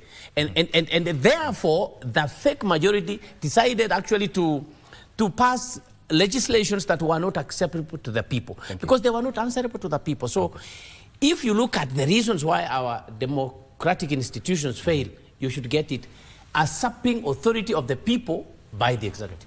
Asante sana. Now, what's your conclusion on this? Let me come first before you finish. You had your chance. No, I haven't replied. I haven't replied to him. But if you can donate, it's okay. Thank you. 1 minute. 1 minute. Can summarize. 1 minute. I had Mr. Sossion, and of course I have profound respect for him. He has contributed so much for this country. Yes. But on certain issues, I think they're professional in nature, and I must say, his position is wrong in law. Parliament is supposed to be independent because he has sent someone himself to Parliament to speak for him. Those people were told, and it's just one example of the many that we have, the finance bill would not want to be taxed in a certain way. We would have said it the way we are saying it. You see, we went to the streets to say we do not want the finance bill, a voice that had been killed in Parliament. It should have been in Parliament that where they said, our people, Kenyans, do not want the finance bill. Then the orientation of Parliament is this: do you speak for the executive or do you speak for the people? I have said under Article 1, you speak for the people on account of the sovereignty of the people. They have sent you to speak for them. And lastly, why is it that members of Parliament are hiding and not going to the funerals they used to go and speak at us? Why is it so? It is because they fear the same people, and therefore because they didn't represent them properly. It therefore falls into at the doorstep that for this finance bill, at least it is an example of bad representation, and therefore to that extent, and many other extents which we have no time to repeat here and reproduce on this publication, that Parliament has failed Kenyans consistently, persistently.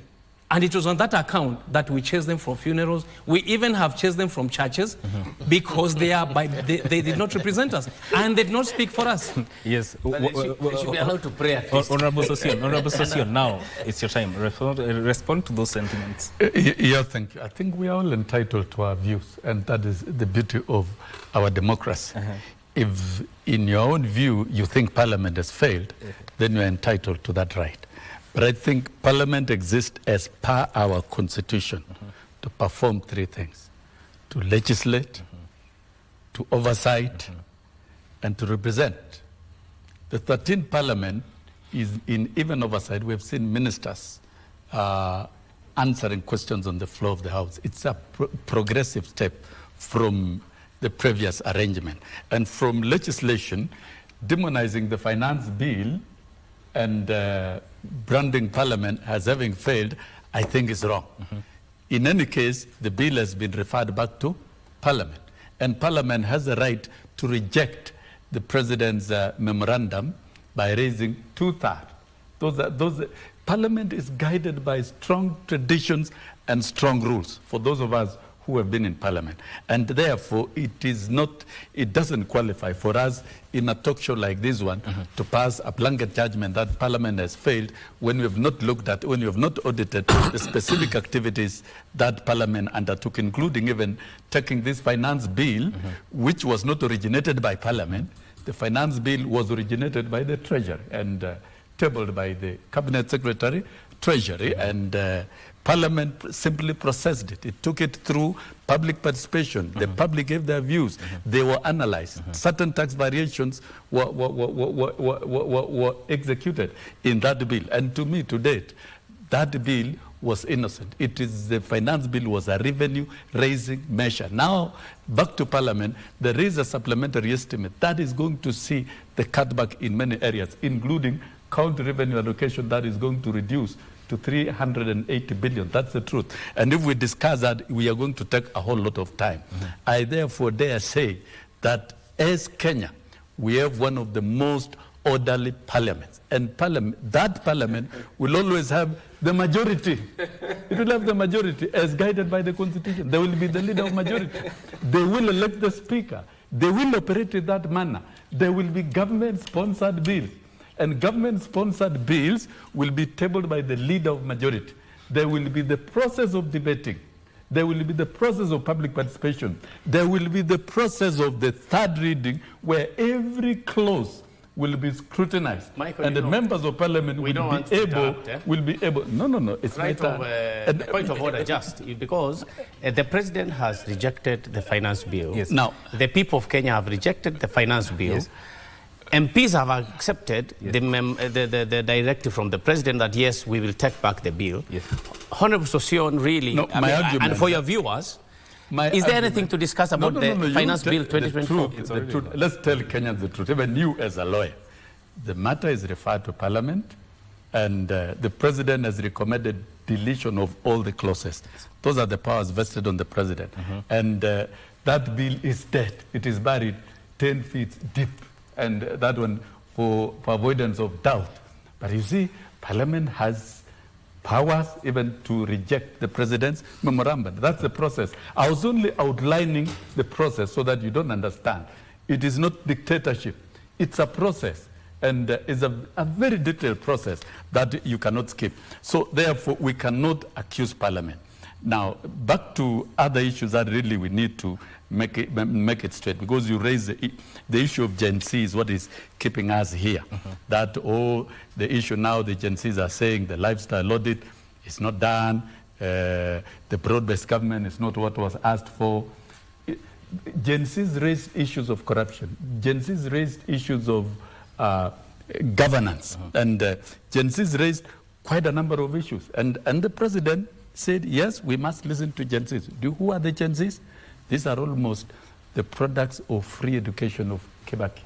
All our children who have been lucky to go through school, they've graduated, and what they're raising, they were not raising political issues, before this process was interfered with, criminals who have infiltrated, and I dare say government cannot sponsor criminals into this demonstration. It's a wrong allegation. Unless really you have full proof. Yes. So really, I want to clarify very clearly that the matters raised by the Gen Zs in terms of integrity, in terms of governance, in terms of management of the economy, makes a lot of sense. And the president has responded to that. He has been in the space of X. He has dissolved cabinet, and he's establishing a broad-based government. And I don't understand why some quarters are and that you are not going to stop the president from doing that. And the president will continue responding to the key issues of Gen Zs, because at the end of the day, it's about having a prosperous economy that gives them jobs and that guarantees Kenyans quality living, which of course is part of the big agenda of the manifesto of Kenya Kwanza. Is what the president is trying to implement. So let me throw this to the DG. I want us, at this point, we should be able to distill and support the genuine issues of Gen Zs that are going to transform the country. Thank you. And we should be able to isolate aspects of crime and acute paralysis of the economy. There are moments when demonstration cease to be demonstration.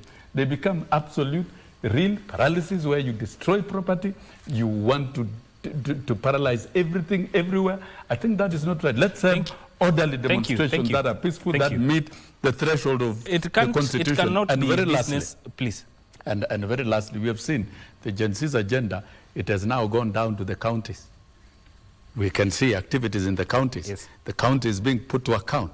This is the best thing. If Gen Zs were properly guided and protected to engage in peaceful activities, this is the best generation to transform this country. We'll come back to that, because that is what is captured on the front page of the Standards. But violence, I want the DG to respond to this. You have to agree that it's not going to be business as usual henceforth, and the issues raised. Is there a need for dialogue, and yet the issues seem to have been known? You see, first and foremost, I thank God and I congratulate Honorable Sosion. Yes. At least Maandamano was highest in where he comes from. Those are the people who overwhelmingly elected this government. That tells you something. Number two, I once again congratulate him, because the generation that he oversaw when he was the Socioni I knew, at least is trying to transform this country today. Yes. When he is now, let me respond. When Socioni is now on the other side defending the realm. Now, I want to say, good governance is good for the country and bad for certain individuals, particularly who would be accompanied by their wives carrying 20 million in cash. Yes. Okay? Yes. And allow me to cut you short.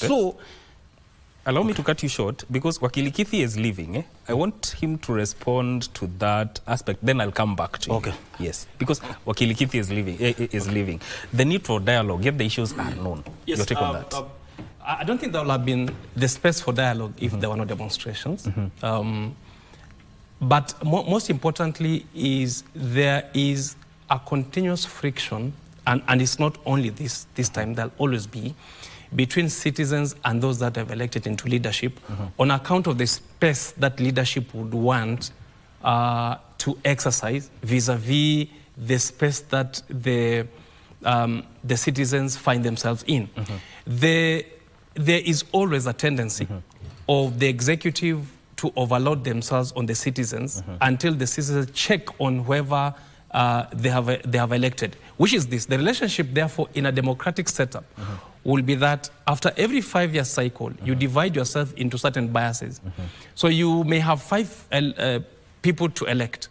You may elect one who is the worst out of the 5. You put him there.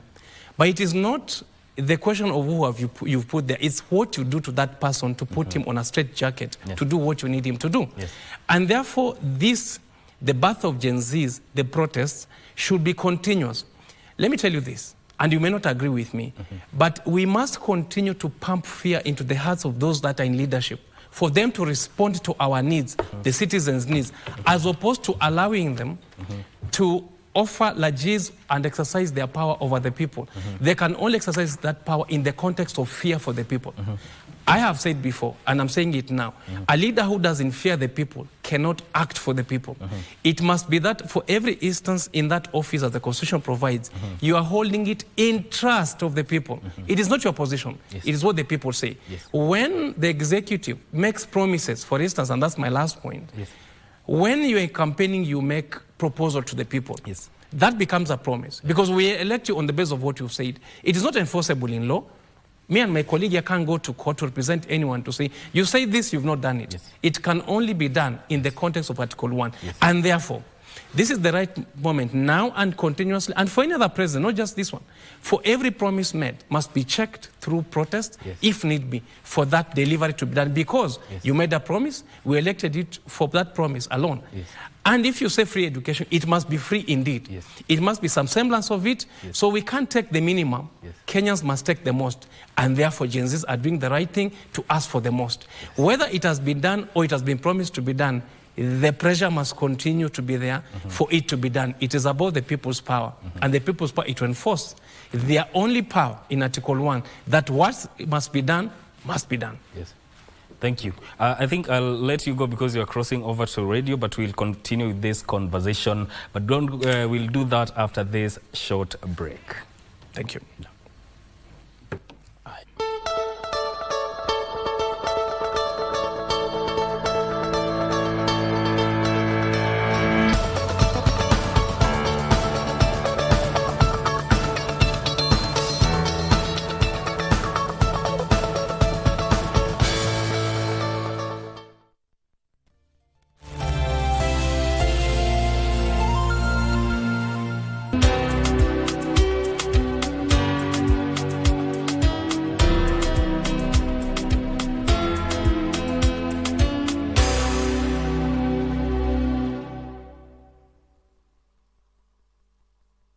Are you a talented artist? Or are you passionate about a topic you want to discuss?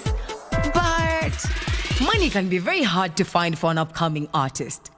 Don't worry, Studio Mashinani has got your back. Sign up on ajira.co.ke to book a session with your music and video producers across the country. Work on your music, jingles, spoken words, and even podcasts to realize your dream. All for free. Studio Mashinani, Radani Talent.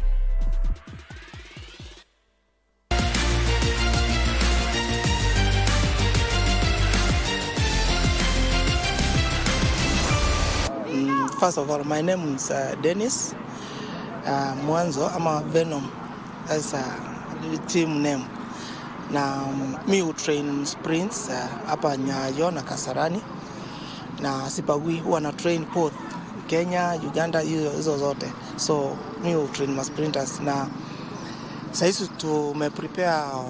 tumeprepare ni mi train Weissman got for Olympics. So tumekuwa tukiprepare for the last 4 years kwa hii event, na naona kufikia saizi mahali Weissman yako target ni kwanza ni kuingia finali. Juu hii ni Olympics yake ya kwanza, and then kwa finali anything can happen. Uwezi sema naendea medal ama naendea juu. Kila mtu mwenye ameingia finali, kila mtu anataka hiyo medal. Pia akiingia finali pia sisi tunataka hiyo medal juu ako ready. So, kufikia saizi ako ready, na tunaomba Mungu anaweza make surprise. Yeah.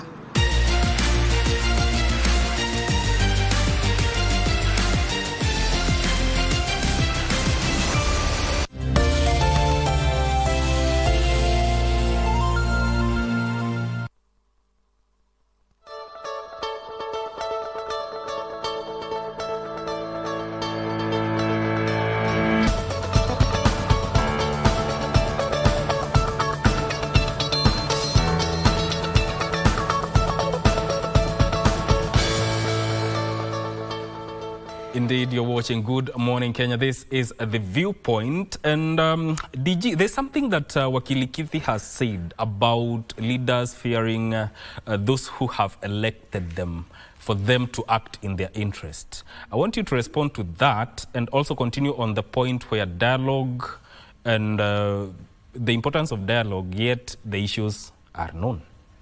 Okay. Let me start with the fear question and combine it with what my colleague said about the role of a parliamentarian, legislating, representing, and oversighting. Yes. The three are supposed to be held, but not through the fear. Yes. You should respect.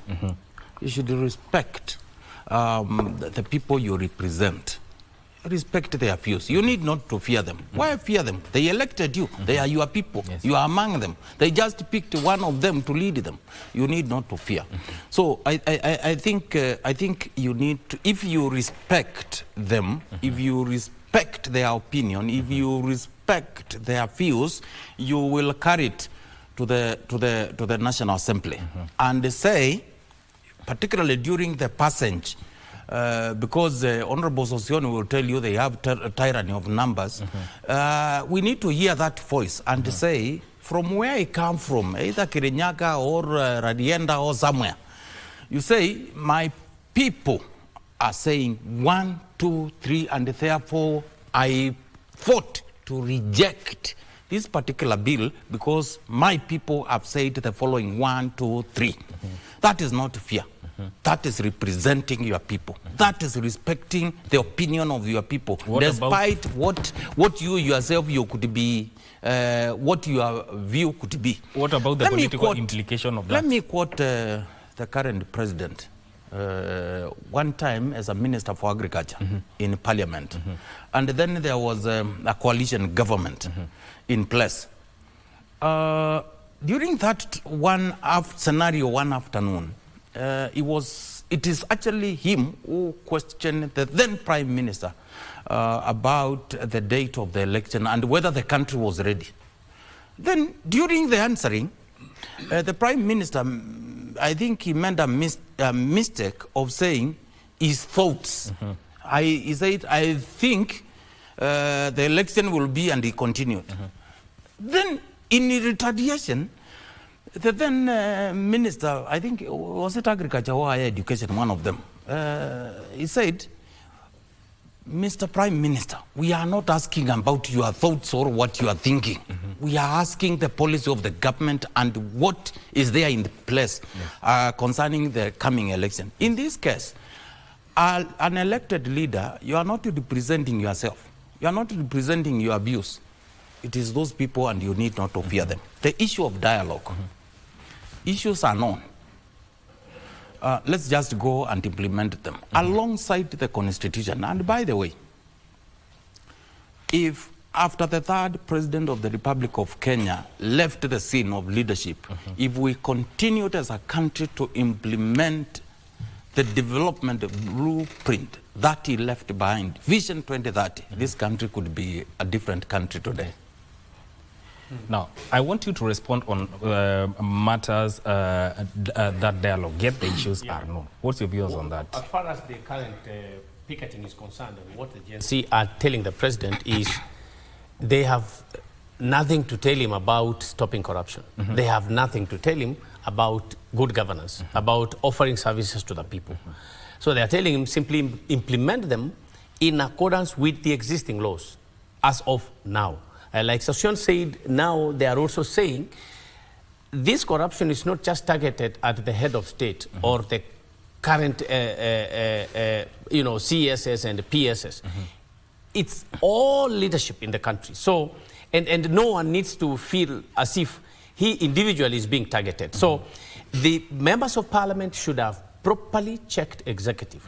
The advisors to the president should have given him a honest opinion about every other aspect of our lives.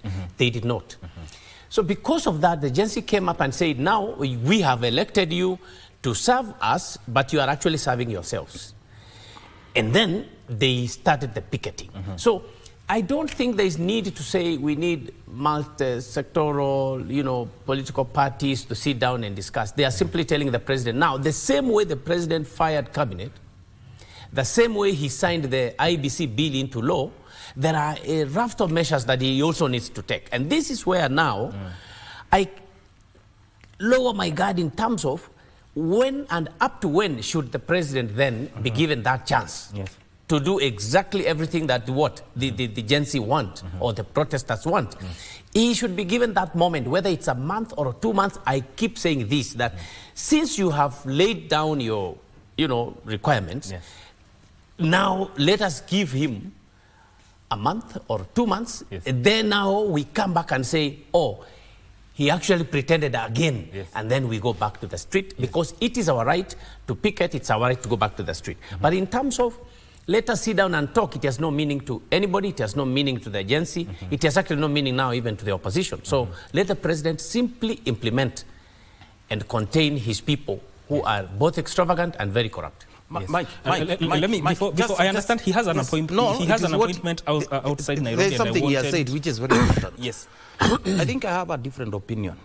Before they stop the demonstrations, it is important Kenya Kwanza comes forward and tells the world that you have raised 1, 2, 3, 4.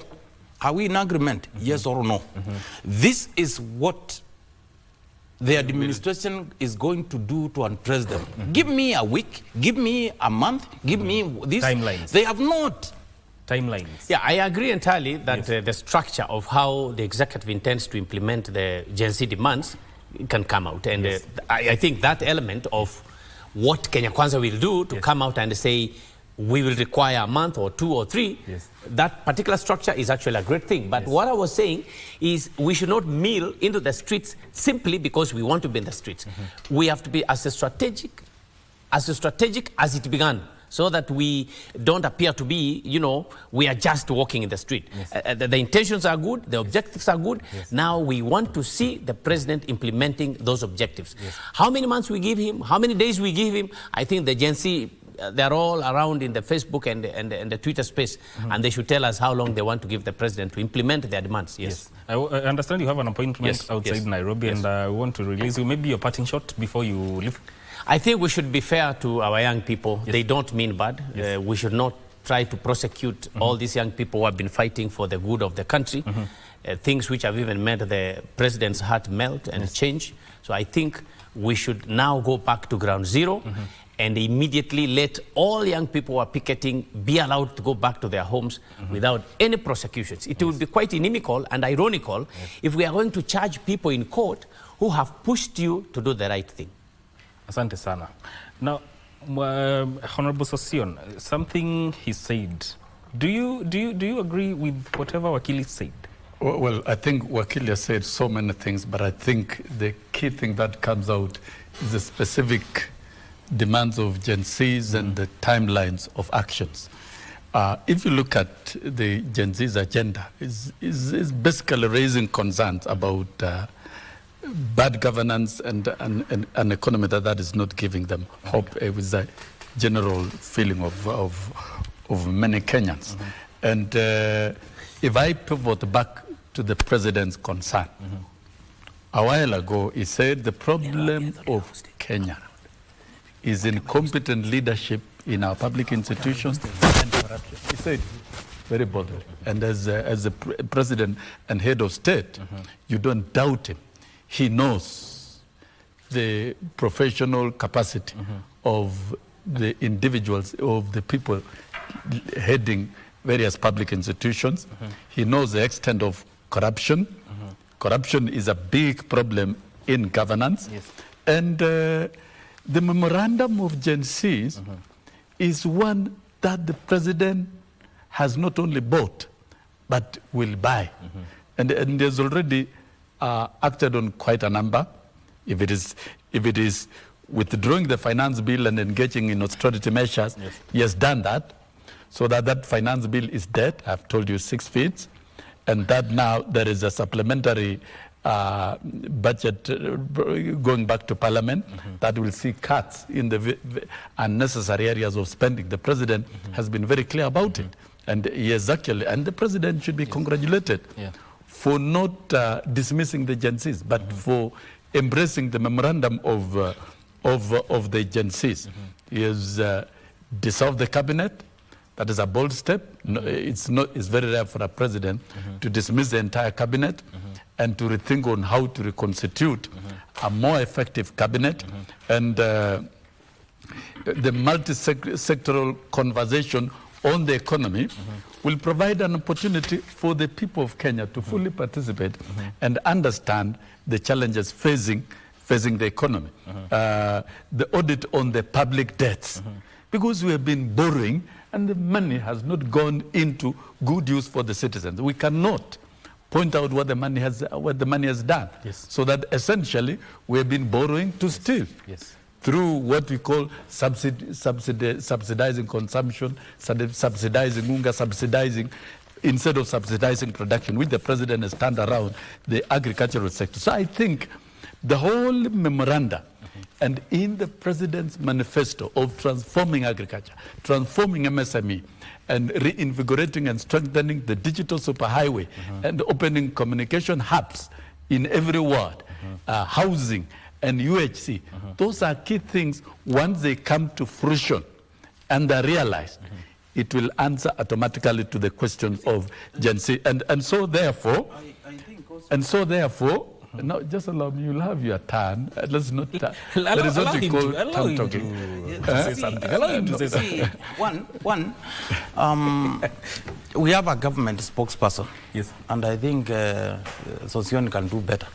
You know, the thing is, much more is forgetting people went to street because they are not being listened to. Start with the reforms within health sector. Look at what Kenya Kwanza is doing to destroy something that has existed for very many years. You could not learn anything good about the existing NHIF. You have to create something else, take money to a different entity so that you can do whatever you want to do. And we are quiet, we are seeing. Kenyans are on street. Why? Because they give views through public participation. They give their input. Somebody decides that is not necessary. What I think is what is good for the country is what is good. Kenyans, we are now the situation where we are simply because what Mwashimo is describing as incompetence in governance, who appointed these people in the first place? You know, in 1974, US President Richard Nixon said, I will not blame my juniors or subordinates or anyone who exceeded his view. In an organization, the person at the end bears the responsibility. Therefore, that responsibility lies in this office, and he resigned for that matter. It is on record, August 9th. Yes. Now, we are beating about the bush. I think what Kenya Kwanza should do now is to apologize to Kenyans. Then move ahead and say, on the demands, on what you discussed as a NADCO report, these are the actions we are taking because Kenyans are demanding actions, not another sitting. Not another sitting to discuss the same issues. So in this case, as much as, with all due respect, much more is praising his coalition, his wing of administration of doing what they have done, they need not to force some actions like Kenyans remembers too well how the issue of financing the housing came along, whether we like it or not. That is what we are saying. It has come to an end. You must involve us in the governance of this country, and we need good governance because it is good for the country, not for certain individuals. Yes. No, I think Mwangangi is getting politically high-fi and is spicing the feelings from his side of the political side. But I think when we are in a national talk show like this, we should restrain ourselves from evoking feelings of some but we focus on what is primary and what is key for the country. So what the Gen Zs have put across is now clear. And I don't think the country now needs a break from from these these activities that have turned into violence. So the Gen Z's agenda will remain stronger if now they vacate the streets and engage the president, because the president is available to engage with them and listen to them. This is one among all the presidents. This is a president who listens a lot and who believes in and who is bold enough to take painful action that is going to transform and change the country, despite the noise of Mwangangi and the ilk. Let us distill the Mwangangis and their political groupings from the Gen Zs and the justified grievances of the Gen Zs that the president has really picked, and it's about competent leadership, getting rid of corruption, managing our economy very well. If we can, it is not a question of reducing corruption, but we should eliminate corruption completely in this country, run our institutions effectively. And nothing is going to be done within this administration without the people's participation.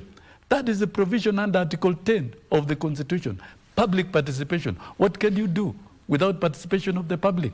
Even when you talk about housing are being built for the people of Kenya. And it is a key pillar on which Kenya Kwanza administration was elected. They lost the election. We were elected. And the 5 pillars cannot be wished away. It is what Kenyans voted for at the ballot. They voted for transformation in agriculture as promised.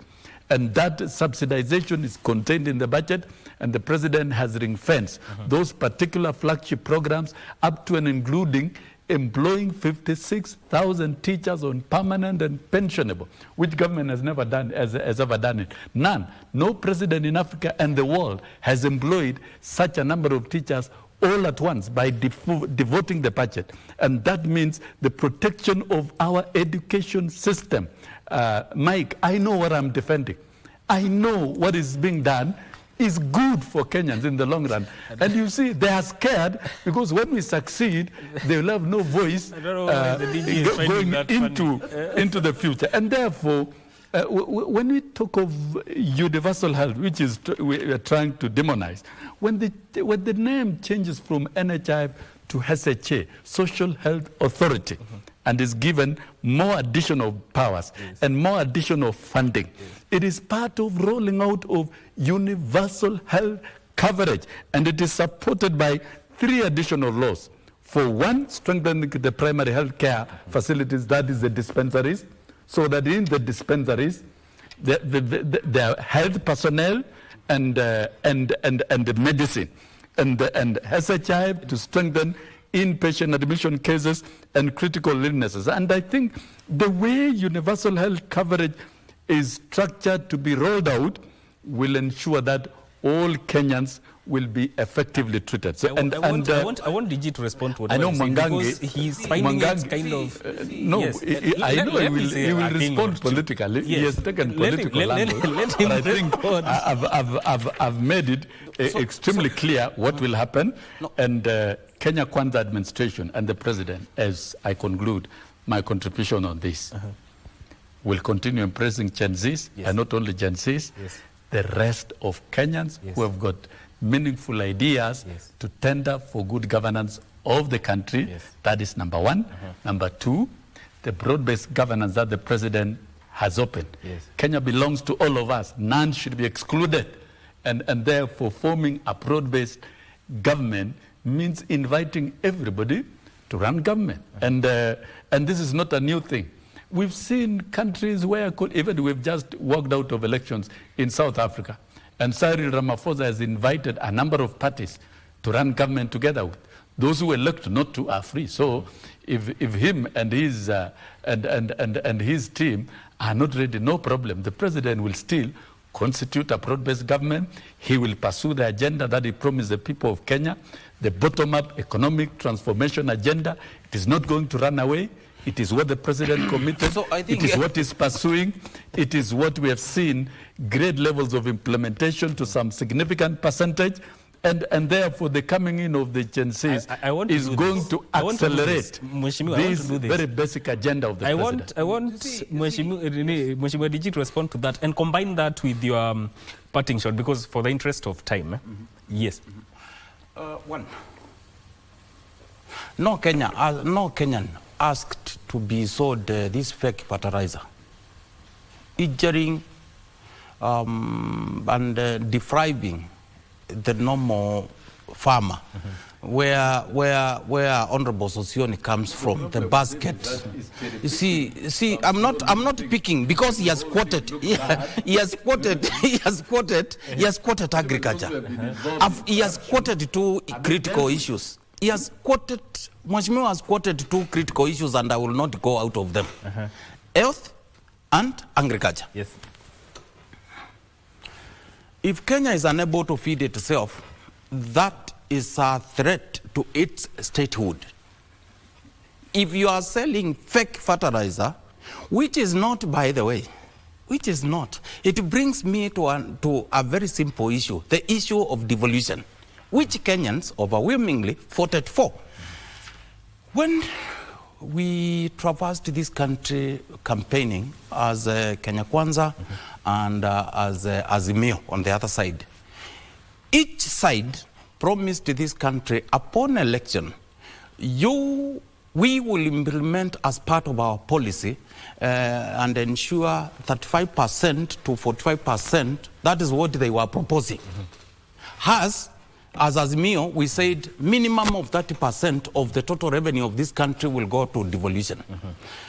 In the last 2 years, I've done extensive research at the university to see any particular country in the world that has developed, including the petronations.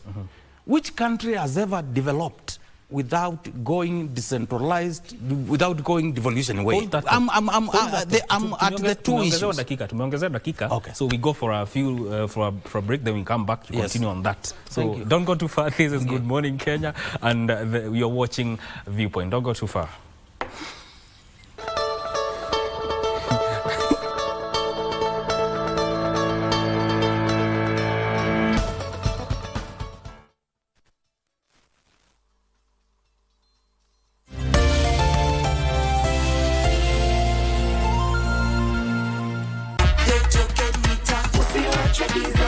Unajua, token mita yako inahitaji system update.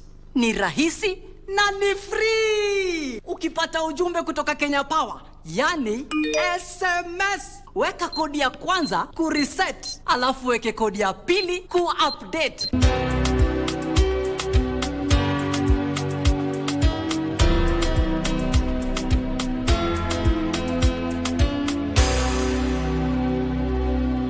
Update token mita yako. Ujumbe huu umeletwa kwako na Kenya Power and Lighting Company. Thank you for joining us on Healthy Living. Stay connected to Voice of America at voanews.com. A look at your kidneys and how they impact your health. And an expert discusses chronic kidney disease and how to protect yourself. And Ivorian psychologist Noor Bakayoko shares some insights on bullying and what can be done. Events or major crises. Off is due to a serious condition. We'll have some answers. Stay well and strive to make every day a healthy day.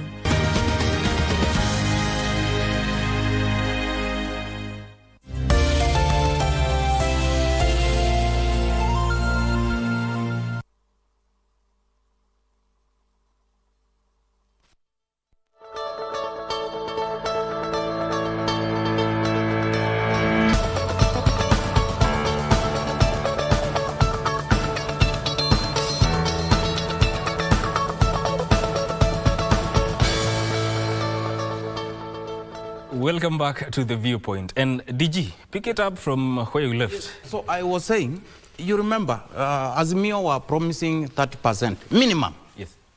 Up from 15%. And I'm saying this because Mheshimiwa, in his prosecution of his points, he has quoted two critical areas, health and agriculture, which are devolved, by the way. But if you look at what Kenya Kwanza has done through their numerical strength in Parliament, all functions that are devolved, when you look at national level, the ministries, respective ministries, have a higher budget than what is going to devolution. Now, I was saying, I've done extensive research, and I would wish anybody to challenge me, including Mheshimiwa, who has traveled extensively as a unionist. Any country on earth that has transformed to developed from developing as a result of the centralism that is today a policy within Kenya Kwanza. Yes. And I've vowed none. Even the Petro City states. What does that one say? If what he quoted in agriculture is anything to do if truly Kenya Kwanza believed in decentralization, believed in devolution, at least if there is any one particular corrupt county administration, maybe it could not have been the whole country to be supplied with fake fertilizer.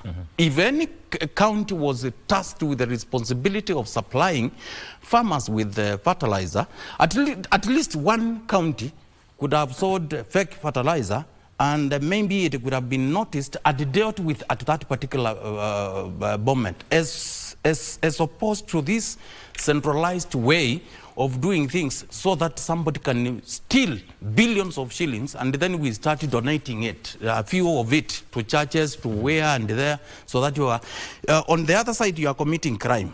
On the public side, you are seen to be doing the right thing, and we are the one we are clubbing because you are leading people who you have deprived. They are poor. When it comes to the issue of, so the point here is, Kenya Kwanza does not believe in what they are telling Kenyans.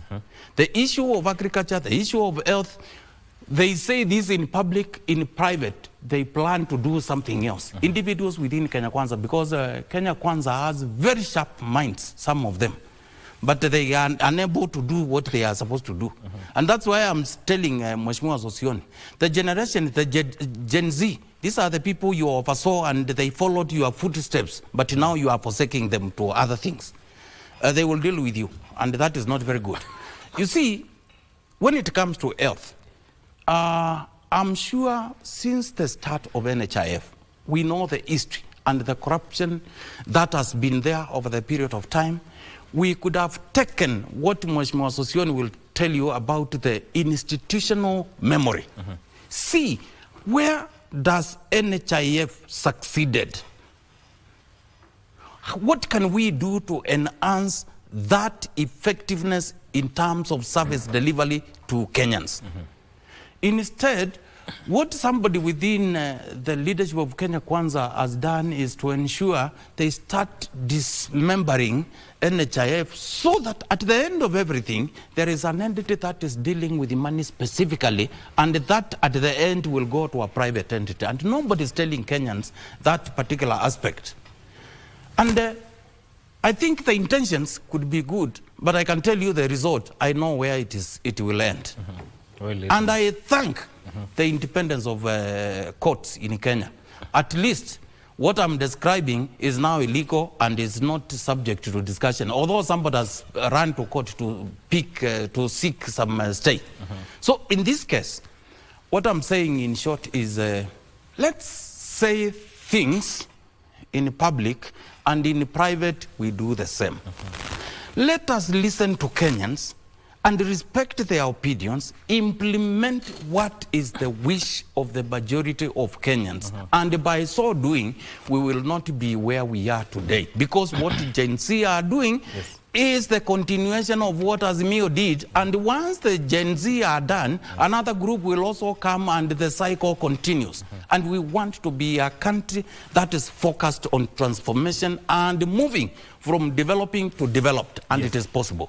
Mheshimiwa Sosioni, there's something that he has said, and I want you to also to respond to it, that Kenya Kwanza does not believe in what they say to the public. Do you agree with that? Correct. I'll answer that, because that's a flat lie. That's a raw political statement that is not vetted, that cannot pass the test of time. And I think my brother Mwangangi should really measure what to say and choose his words very, very carefully. Number one, in terms of devolution and strengthening devolution,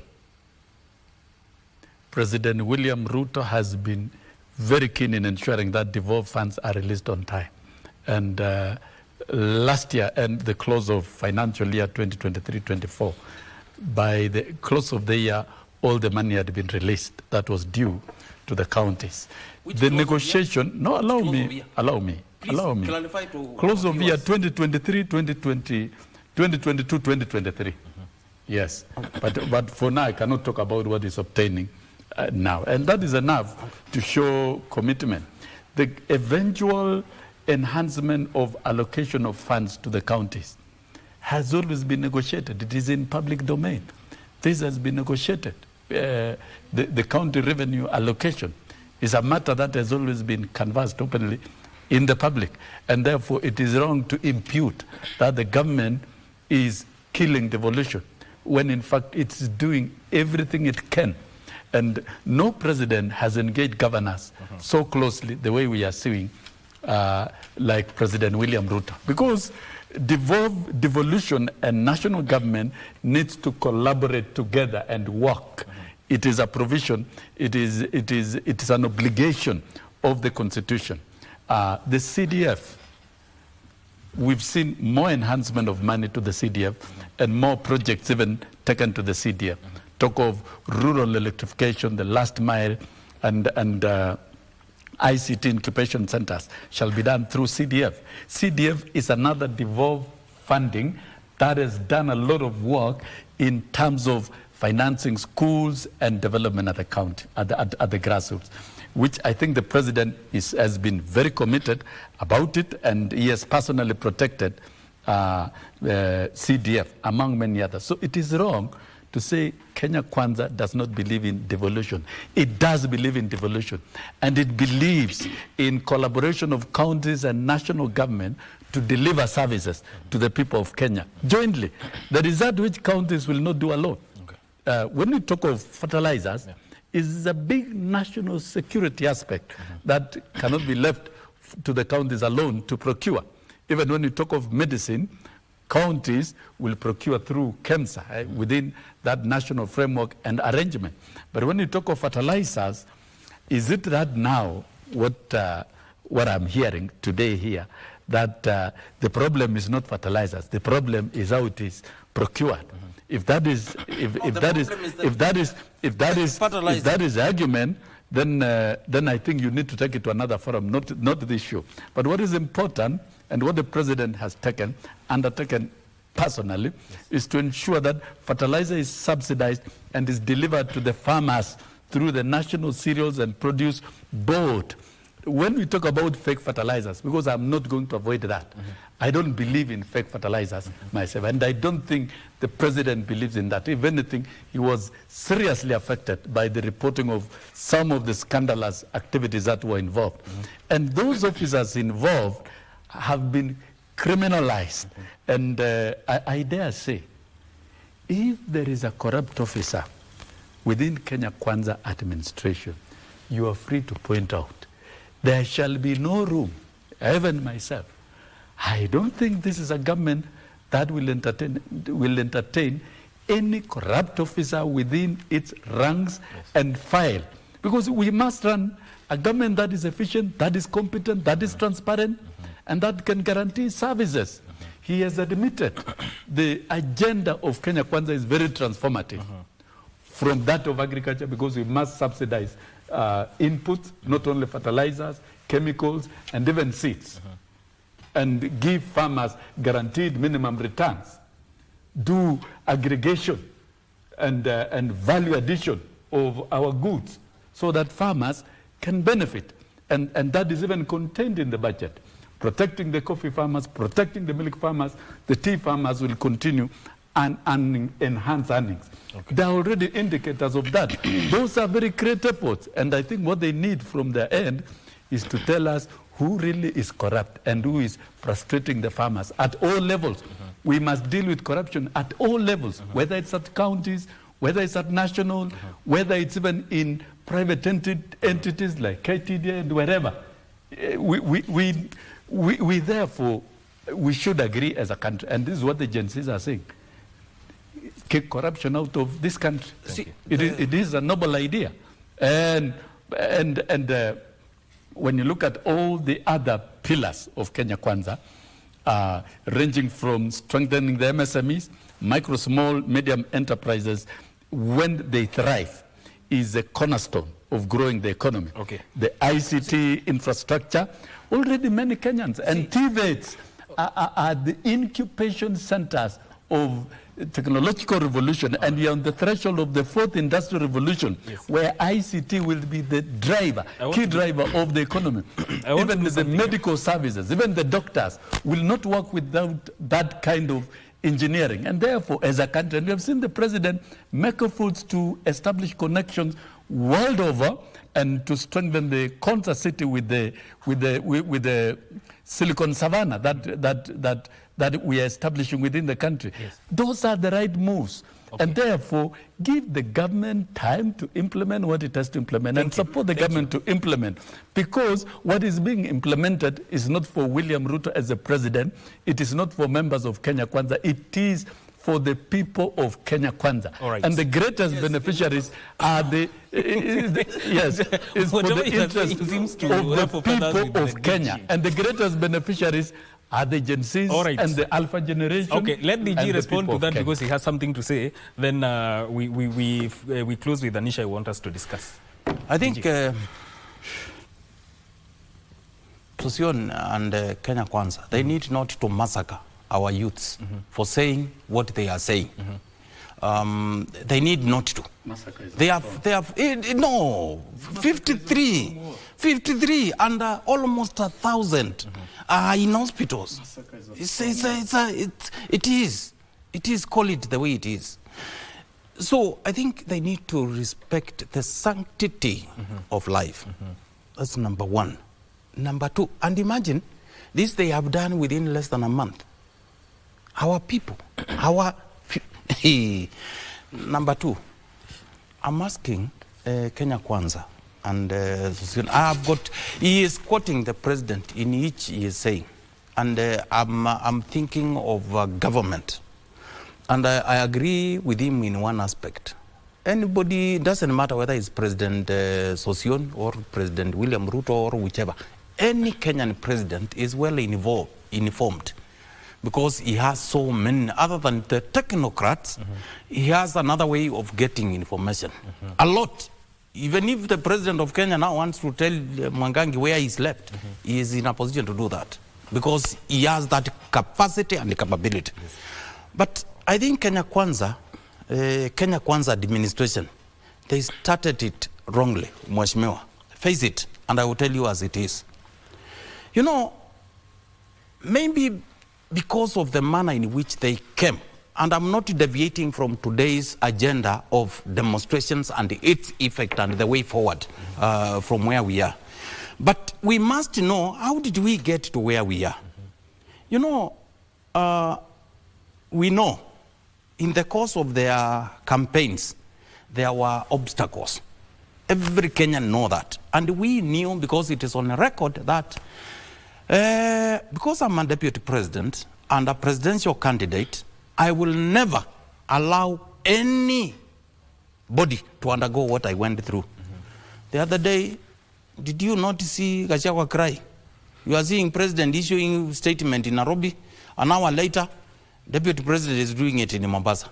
Now, because of Gen Z's and the demonstrations, all that which had been withdrawn from him has already been restored. And they are now moving again together. Who was doing this for what? Injuring, affecting the national stability of this country. Okay? Number two, when I'm saying, and I stand by my words unless I'm proved otherwise, when you see Kenya Kwanza usurp everything, every role, including that which the Constitution of Kenya devolved to our counties. Now they are doing everything. What does that one tell you? They want to to ensure devolution does not work, so that very soon, Kenyans, as it was the case the other day, doctors were demanding health to be taken back to the national government. Because if they don't resource counties, and the counties go ahead and fail to deliver services to Kenyans, Kenyans will not see the need for these county governments, hence need to disband them. That is what was done in 1963. And I think Kenya Kwanza needs to rethink an idea which Mheshimiwa said, and I support it 100%. It is good to increase devolved resources and NGCDF. I'm very happy the Parliament increased the other day because more institutions are going to be taken to at the grassroots level. Equally, we need to strengthen devolution, and strengthen devolution is not to usurp the roles of devolution and start implementing from Nairobi. My agenda here and my issue has not been who is procuring what. The issue which Mheshimiwa is running away from is the supplying of fake fertilizer, because it led to effects like food security of this country. That in itself is a threat to national security, national cohesion, because when people are angry, what do you expect? So in this case, we are saying, let's respect our constitution. Everyone is a subject of this constitution. We need to uphold the rule of law. We need to uphold and respect the sanctity of life. Kenya Kwanza don't believe in that. They are doing opposite. That's what I'm saying. And I'm telling Mheshimiwa, it is good I can sit here and at this platform tell them what I'm telling them, because they need to have done it from day one when they came to power. Yes. Now, before I come to you, Bwana Sassion, let me just go through what is making headlines on the front page of the Standard. Paralysis as Gen Zs turn heat on counties. At least 23 governors felt the wrath of youth protesters when the residents took to the streets to demand accountability and good governance. On the front page of the Star is businesses paralyzed as protests continue. That is concerning yesterday's protest by the Gen Z. But there's a story that is captured on the front page of the Standard, and this is the cabinet we want, Kenyans tell Ruto. Some of the things that have outlined here is that Kenyans wanted to be a pillar of the next executive in issues such as selfless service, face of Kenya, meritocracy, and meritocracy. DJ, let me start with you. What do you say about that? I agree with them totally. We did a stable government led by a cabinet that is competent. That is opposite of what happened. We saw people who had cases, some of which I could agree could have been trumped charges. But not all of them. We could have waited until the process of the law take its course to the end, and then you appoint them. Yes. But appointing and then you move to withdraw through DPP, that did not anger well with Kenyans. Majority who expressed themselves then. And number two is Gen Zs are doing what basically any sensible Kenyan would wish to do.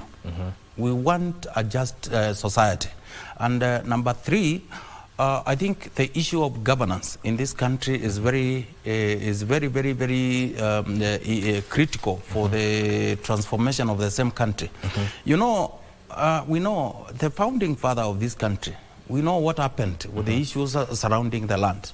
Come the second president of the Republic of Kenya, we saw there was the issue of Gov't. The third president, we saw there was the issue of this Anglo-leasing and likes. We need not to continue with such happenings.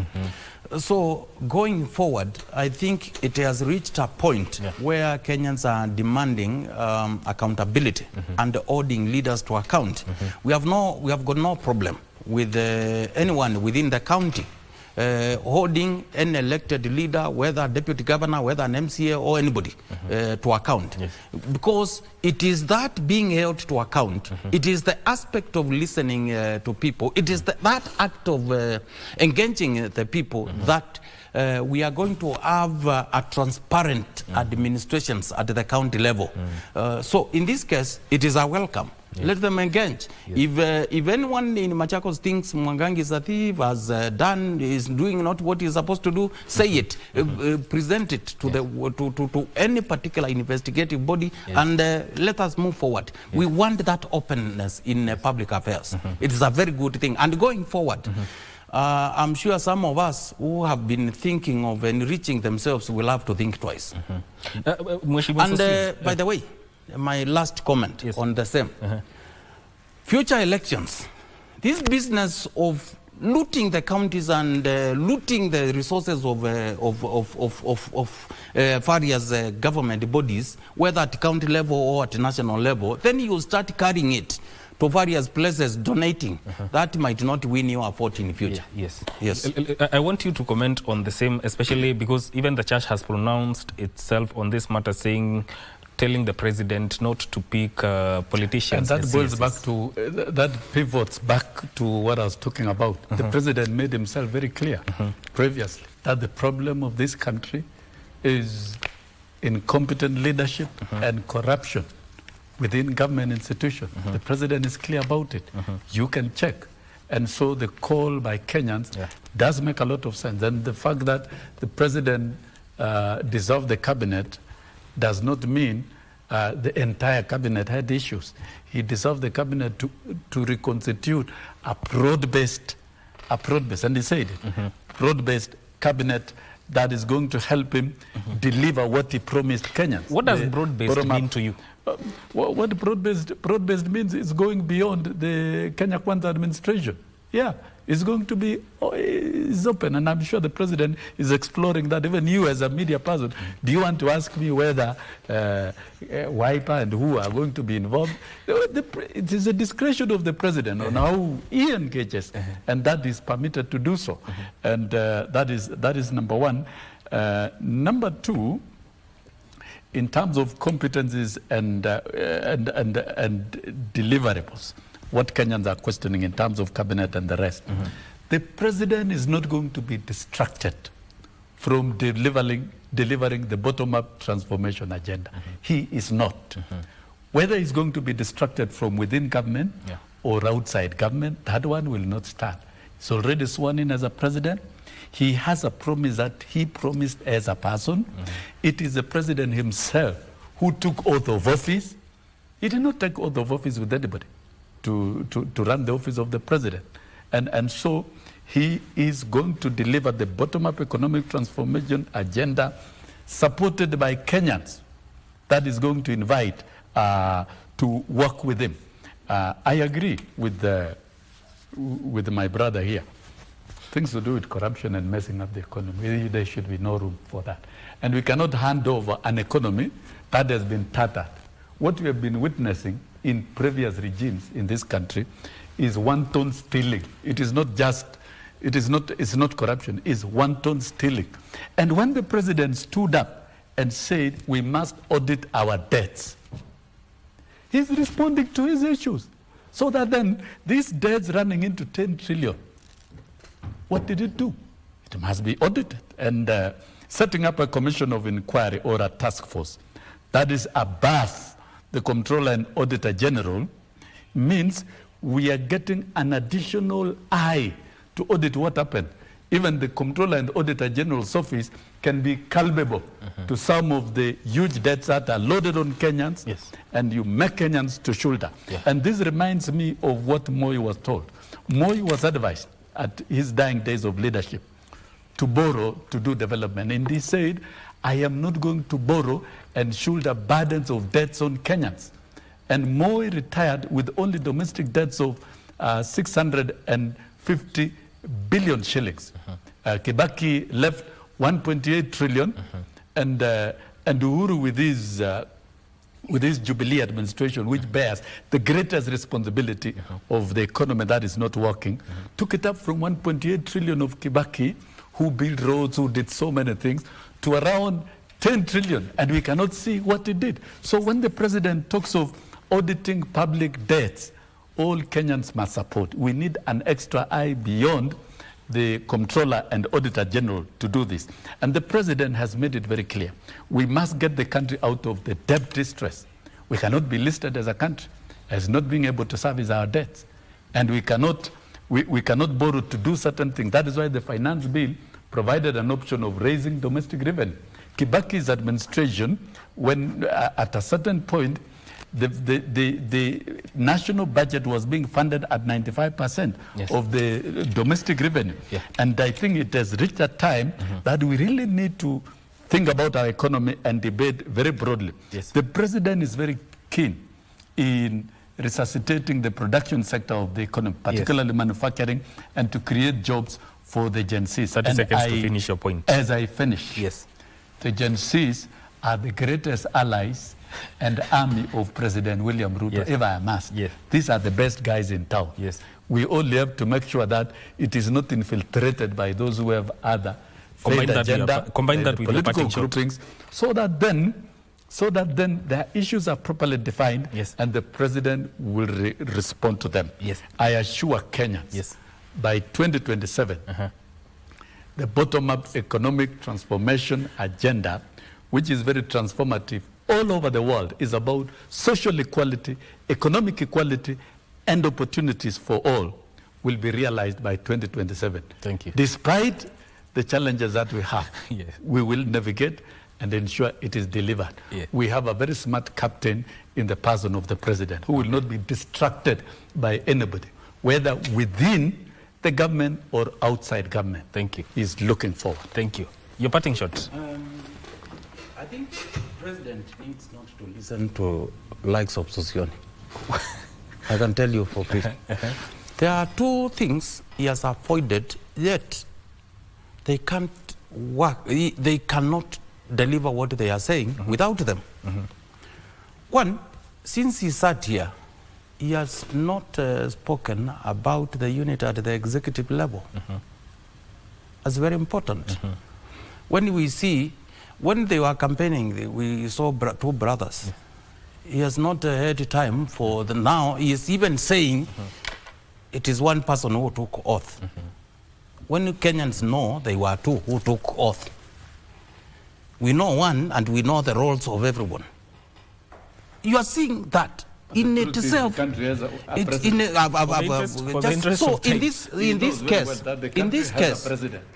this case, what we are saying, I'm trying to avoid a scenario like what happened to then Deputy President Dr. William Ruto. Let's not go there. Let's have a way of working so that Kenya does not realize that kind of disagreements. Number two, the social transformation the honorable member is talking about cannot be realized without going a devolution way. Kenya Kwanza is moving towards a decentralized way of doing things. Kenyans talked and voted overwhelmingly to approve a constitution that recognizes devolution. I can tell you, if we continue with the Kenya Kwanza it's Kenya Kwanza. He has said in this show that the changes at the health sector are going to ensure a dispensal. Who gave Kenya Kwanza that mandate? That mandate, Kenyans gave it to counties. Okay, and throughout the almost 2 hours we have been here, he has not uttered again the word devolution. So I'm telling you, if we are saying the Kenya Kwanza are going to realize this, and what the vehicle that is supposed to deliver that, they are not even keen on it, how are they going to do? And finally, as leaders, whether elected or not elected, I'm finishing. Yes. Whether elected or not elected, let us listen to one another. Yes. We are where we are because we are not, our elected leadership in this country did not listen to those who elected them. We are where we are because we don't respect their opinion, their views, and we want to do what we think is good for the country, not what Kenyans think is good for them. Okay, Mheshimiwa Sossion, 15 seconds. I think I just have to correct it. Kenya Kwanza administration is not domiciled in Nairobi. Kenya Kwanza administration includes members of the county assembly, which is the majority, and so Kenya Kwanza is present are the county assemblies. It includes governors who also are the majority. So Kenya Kwanza is present within the framework of Council of Governors. The Chair Council of Governors is Anne Waiguru, a member of Kenya Kwanza administration. And so those are facts. So really, Kenya Kwanza is not restricted to national. It is present in the entire governance of the country. And I think I've cleared. Asanteni sana for your time. That's... I've done some... No. I think we'll have a lot of time to talk about... Thank you so much. Yeah, we have been talking to Mheshimiwa Wilson Session, who is a former nominated MP, and also Honorable Francis Mangagi, who is also the Deputy Governor of Machakos County. And earlier on, we had Ishmael Nyaribo and George Kithi, both of which are advocates of the High Court. My name is Mike Migwi, and this is where we end this conversation on The Viewpoint. Stay with us.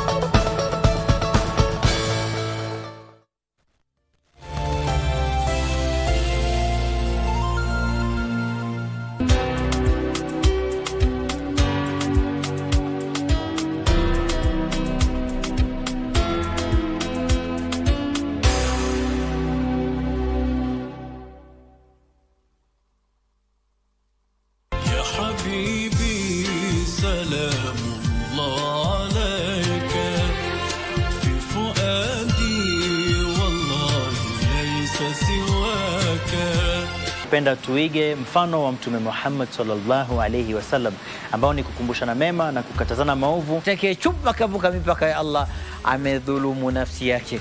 Kwa ile ilmu inayokupelekea kwenda kudhulumu nafsi yako, hiyo ilmu ni haramu. Bali tushikamane na ilmu ambayo yenye manufaa, itatuwezesha sisi kujua dini yetu, kumjua Allah. باسم السلام يبتدي لسعادة مدة يدي حب الحياة أرتدي كي أبذل الحياة. Ni kweli mmemchagua Mbura awe kiongozi wetu. Na pia usisahau kwamba paka humshika panya kwa kumchezeshea mkia wake. Unamaanisha nini? Kwa nini wanaume waone thamani ya mwanamke katika jamii? Ni kwa sababu ya mila na tamaduni zetu ama? Katika njaa hakuna rafiki wa kudumu wala wadui wa kudumu. Kubali bwana, ulimsaditi jasiri. Huo uhuni wako hautoshi hata ukucha wa kidole cha mguu wangu. Wifi yako yuko atakutazama vizuri, sawa?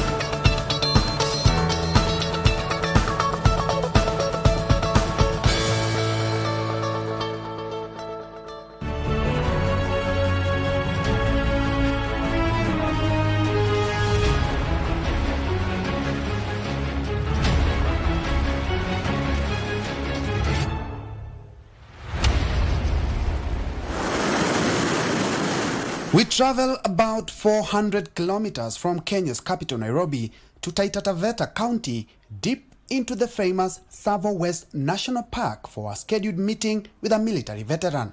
One of the reasons why I'm so passionate about military tales is that I get to travel a lot, meet people of diverse cultures and backgrounds. Right now we are in Mwatate in Taita Taveta County. Actually, Tsavo West is a few kilometers from where we are standing. And we're here to meet one military veteran by the name of Lieutenant Colonel Aggrey Mwambi. His story is very interesting and very inspirational to young serving officers. He started as a private and rose the ranks to become a commissioned officer. We are here to file his story. He's been waiting for us.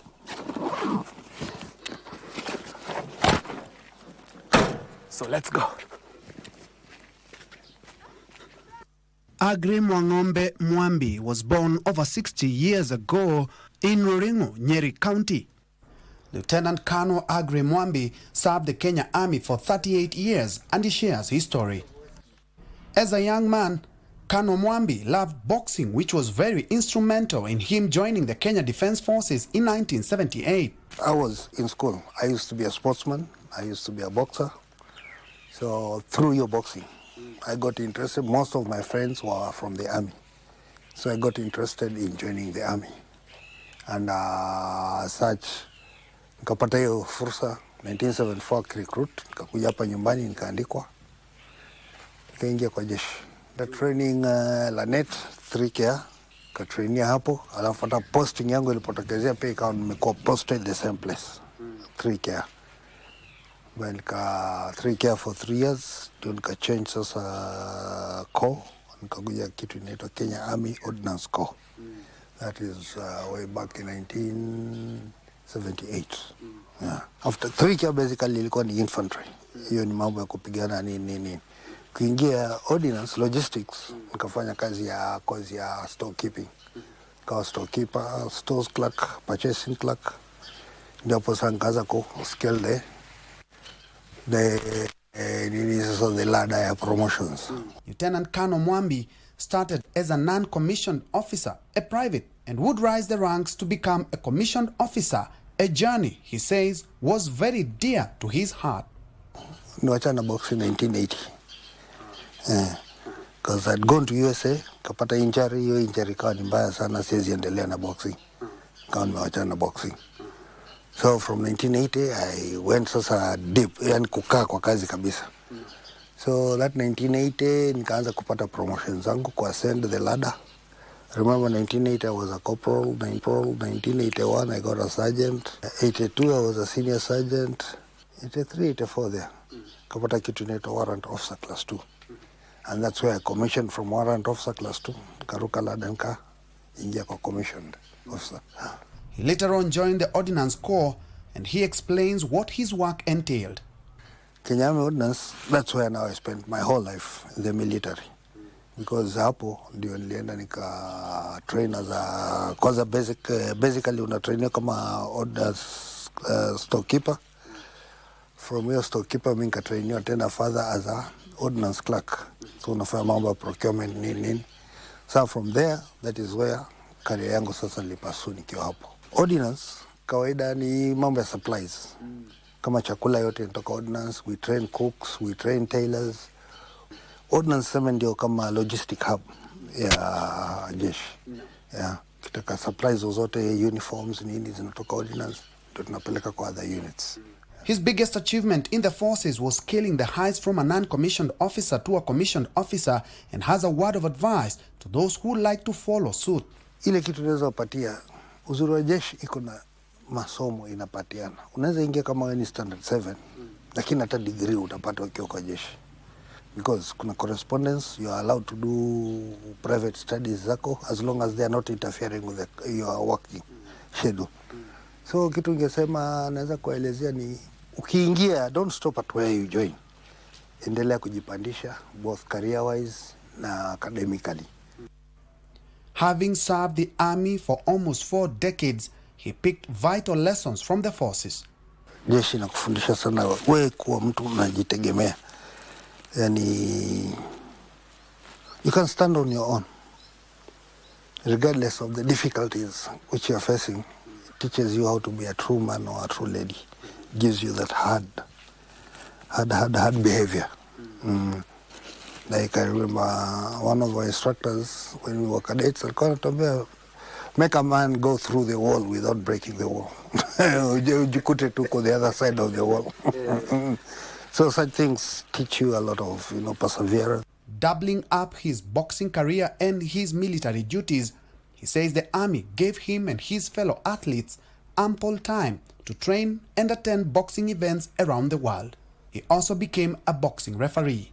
Nilikuwa orthodox, nilianzia nikiwa light fly. Nikacheza fly, nikacheza bantam, nikacheza feather, nikaja kuachia light welter 63.5.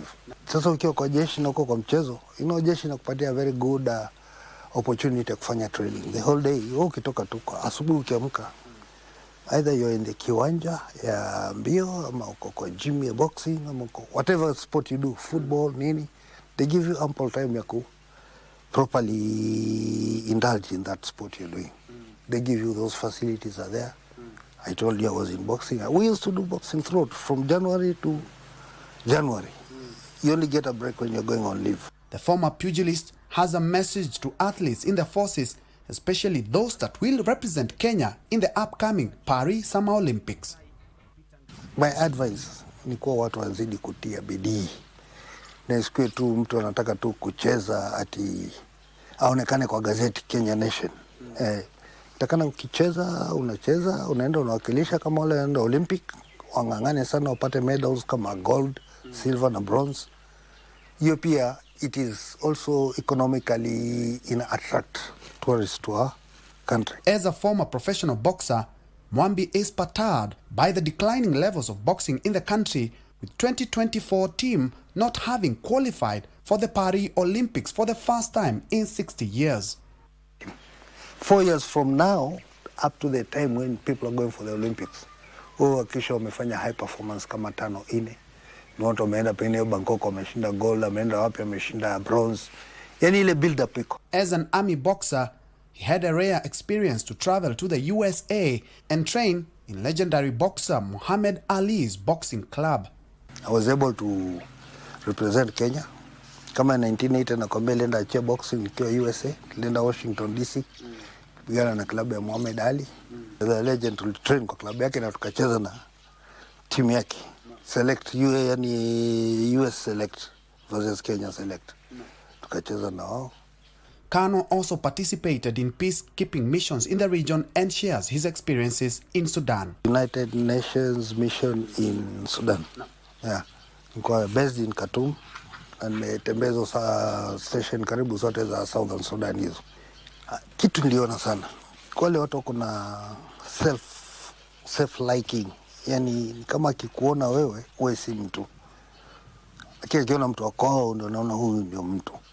So Kenya kitu ambaye anaweza kuelezea watu wengi ili tuwe na amani ile ya maana. Sote tujitreat kama equals na sote tuwe ndugu na dada. Sisi sote ni wa Kenya, tujitreat kama Mkenya and we should love the name Kenya. Now retired, the Kano is involved in farming and business. Is also the Defense Forces Old Comrades Association chairman in Taita Taveta County. No, sasa ukiangalia tunaona mahindi hapo. Haya, sengine anafanya Silico Logistics, sengine anafanya supplies. Hata naweza nenda kwa jeshi hapo naambia, "Yes, mnipatie hizi pencil 5 na walete." Unafanya hiyo. Una survive. Despite his advanced age, the Kano is still active in boxing and has embarked on mentoring youths in Taita. Mambo ya development ya kama kijiji yetu, mambo ya umoja, community working. Na sana as I told you ni boxer, pia niko ina interest mingi kwa boxing. Kuna club kama hapa Mwatati, singine naingia kule na chemsha vijana. Kujaribu kwa encourage wa good boxers. A family man with 2 children, Mwambi enjoys spending time with his family. His parting shot: Kenya is a strong country, it's been good, but let me tell you, a country kuharibika just takes a day. I would really ask Kenyans to be tolerant.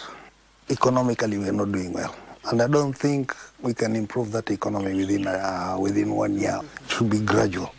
And that graduality should be planned in such a way. Usikii kwa mfuko, yani okay, utaisikia kwa mfuko lakini haiumizi. Ni kitu ile inaweza kunini. You can accommodate. Once a sportsman, always a sportsman. Mwambi is optimistic that Kenya will reclaim its lost glory in boxing. Kano. Yeah. Tunashukuru sana kwa muda wako na pia kwa kukaribisha kwako. Nimeshukuru. For Military Tales, I'm Ben Troy Njue.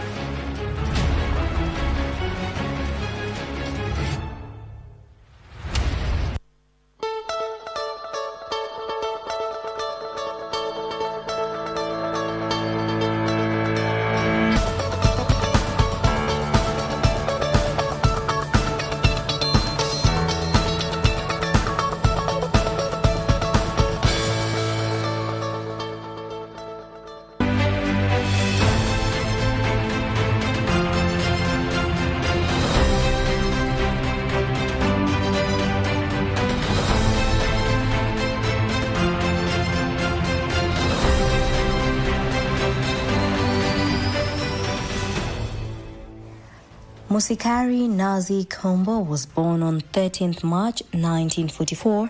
He attended Misiko Primary School, Nyeri High School for his A-levels, and Mumias High School for O-levels. He then joined the University of Nairobi, where he pursued a bachelor's degree in economics. In 1992, he was elected to Parliament on a Ford Kenya party ticket. He was elected Member of Parliament for Webuye constituency. He lost his parliamentary seat just 2 years into the job after he was found guilty of engaging in witchcraft. In a court ruling delivered on November 17, 1994 in Nairobi by Judges Emmanuel Okubasu, G.P. Mbito and John Mwera, Kombo was found guilty of administering traditional oaths to bind and instill fear in voters to elect him during the 1992 general election. From 1997 to 2002, he served as Member of Parliament for Webuye constituency. Kombo had established himself as an almost one-man crusader against corruption. Kombo was the first to denounce KANU's move as mere window dressing and argued in Parliament that only an independent and constitutionally protected outfit could be trusted to fight corruption in the country. Kombo and like-minded colleagues in the opposition came up with radical amendments to the government bill, resulting in the formation of the Kenya Anti-Corruption Authority, which would later mutate to Kenya Anti-Corruption Commission. Today, it is known as Ethics and Anti-Corruption Commission. But Kombo was yet done with the loads of corruption. As chairman of the Parliamentary Public Accounts Committee, he oversaw the extraction from the reports of the Auditor General of all cases of stolen public funds and compiled them into one report that was famously referred to as Kombo List of Shame. With lengthy appendices and annexes on who had stolen what, the report reads like an encyclopedia on graft in Kenya. The Ford Kenya party, whose leader was Kijana Wamalwa, had formed a pre-election coalition with Kibaki's Democratic Party in the countdown to the 2002 general election. Together with Charity Ngilu, they came up with the National Alliance Party of Kenya, which was later joined by a group of KANU renegades to form the National Rainbow Coalition, NAC, that won the election with Kibaki as the presidential flag bearer. Wamalwa was appointed vice president, but he died in office 8 months into the NAC administration. Kombo replaced him as the new Ford Kenya leader. From 2003 to 2007, he served as Member of Parliament for Webuye. From January 2003 to October 2003, Kombo was appointed Cabinet Assistant Minister for Planning and National Development. In June 2004 to October 2004, he was then appointed Cabinet Minister of Regional Development Authorities. From June 2004 to 2007, Kombo was appointed Cabinet Minister for Local Government. However, soon after Kombo took over the Ford Kenya party reins, a rebellion emerged in NAC with Raila Odinga from the KANU side and Ngilu pulling in different directions. Ford Kenya aligned itself with DP in what was left of the original NAC, even through the 2005 government-backed referendum on the constitution and all the way to the hotly contested 2007 elections. This alignment would cost Kombo greatly. He lost his Webuye parliamentary seat in 2007, and this development eventually led to a split in his party, giving rise to the new Ford Kenya, which has since become moribund. In 2007, he ended his Ford Kenya membership and chairmanship. In 2007 to 2013, he joined the Party of National Unity. He was nominated to Parliament in 2008 to 2013. Kombo would further champion the fight against corruption in the political arena. He is credited with advocacy that caused enactment of the Political Parties Act 2011, which provided a framework for the registration, regulation and funding of political parties. He is also acclaimed for his contribution to the formulation of policy and charters on anti-corruption elsewhere in Africa and the Caribbean, when he served on the board of the African, Caribbean and Pacific Group for States European Union bloc. In 2013, he was an aspiring senator for Bungoma County in the general elections. In January 2013, he joined New Ford Kenya. In February 2013, he became a coalition member of Amani Peace Coalition.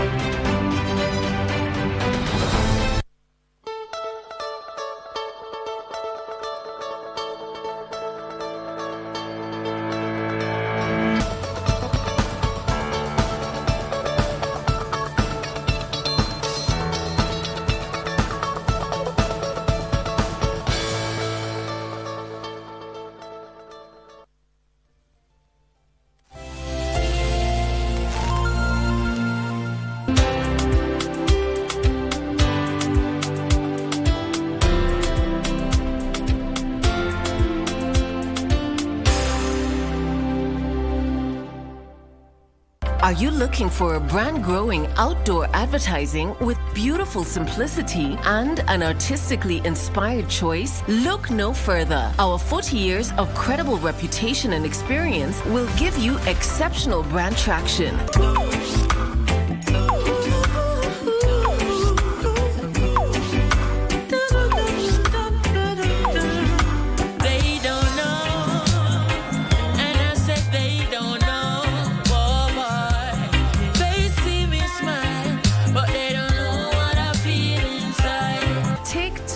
Get your brand on the talk with City Clock.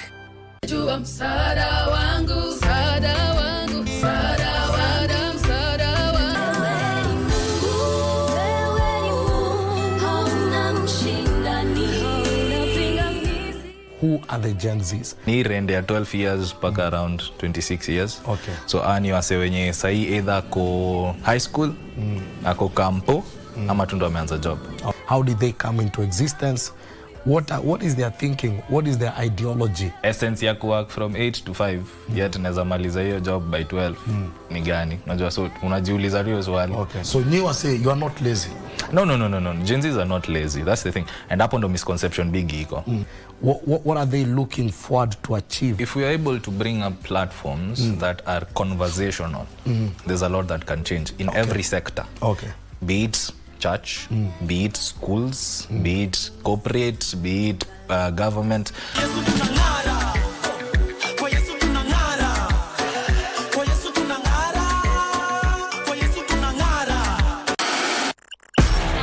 On KBC Channel 1, we are a TV station like no other. Get a taste of the best in entertainment. Yes, indeed. Feel the passion.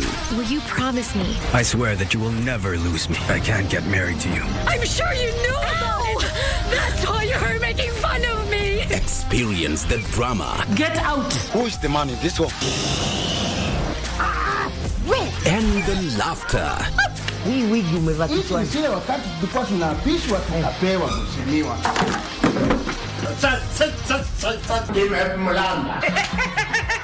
Move to the beat.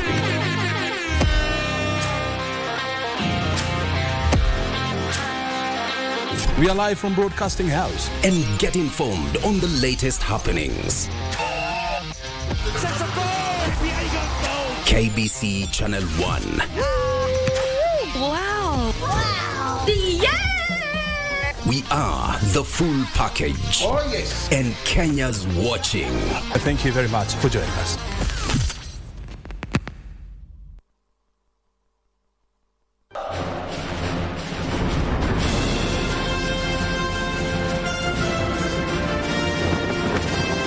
France welcomes the world for the Paris 2024 Olympic Games.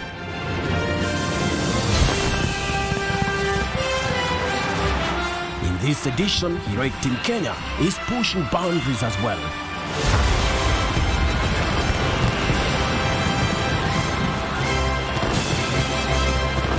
An Olympic gold medal. More significantly, Kenya is intent on claiming victory at the quadrennial sporting event comprising of 45 sports that will be staged from 24th of July through to the 11th of August.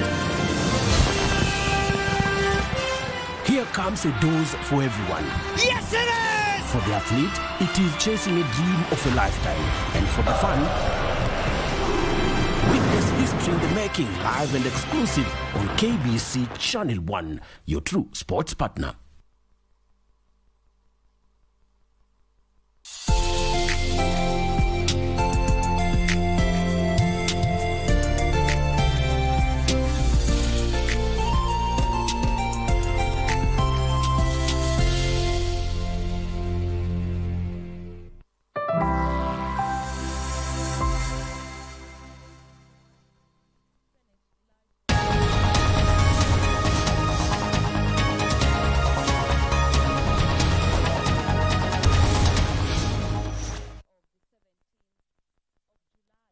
The year is 2024.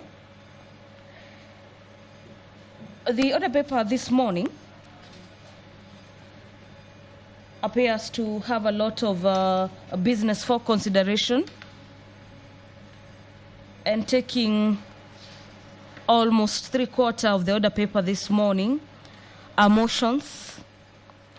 Given priority for consideration by the senators this morning is a motion by the Standing Committee on Finance and Budget on the status of implementation of projects funded by the conditional grants for the construction of the county headquarters.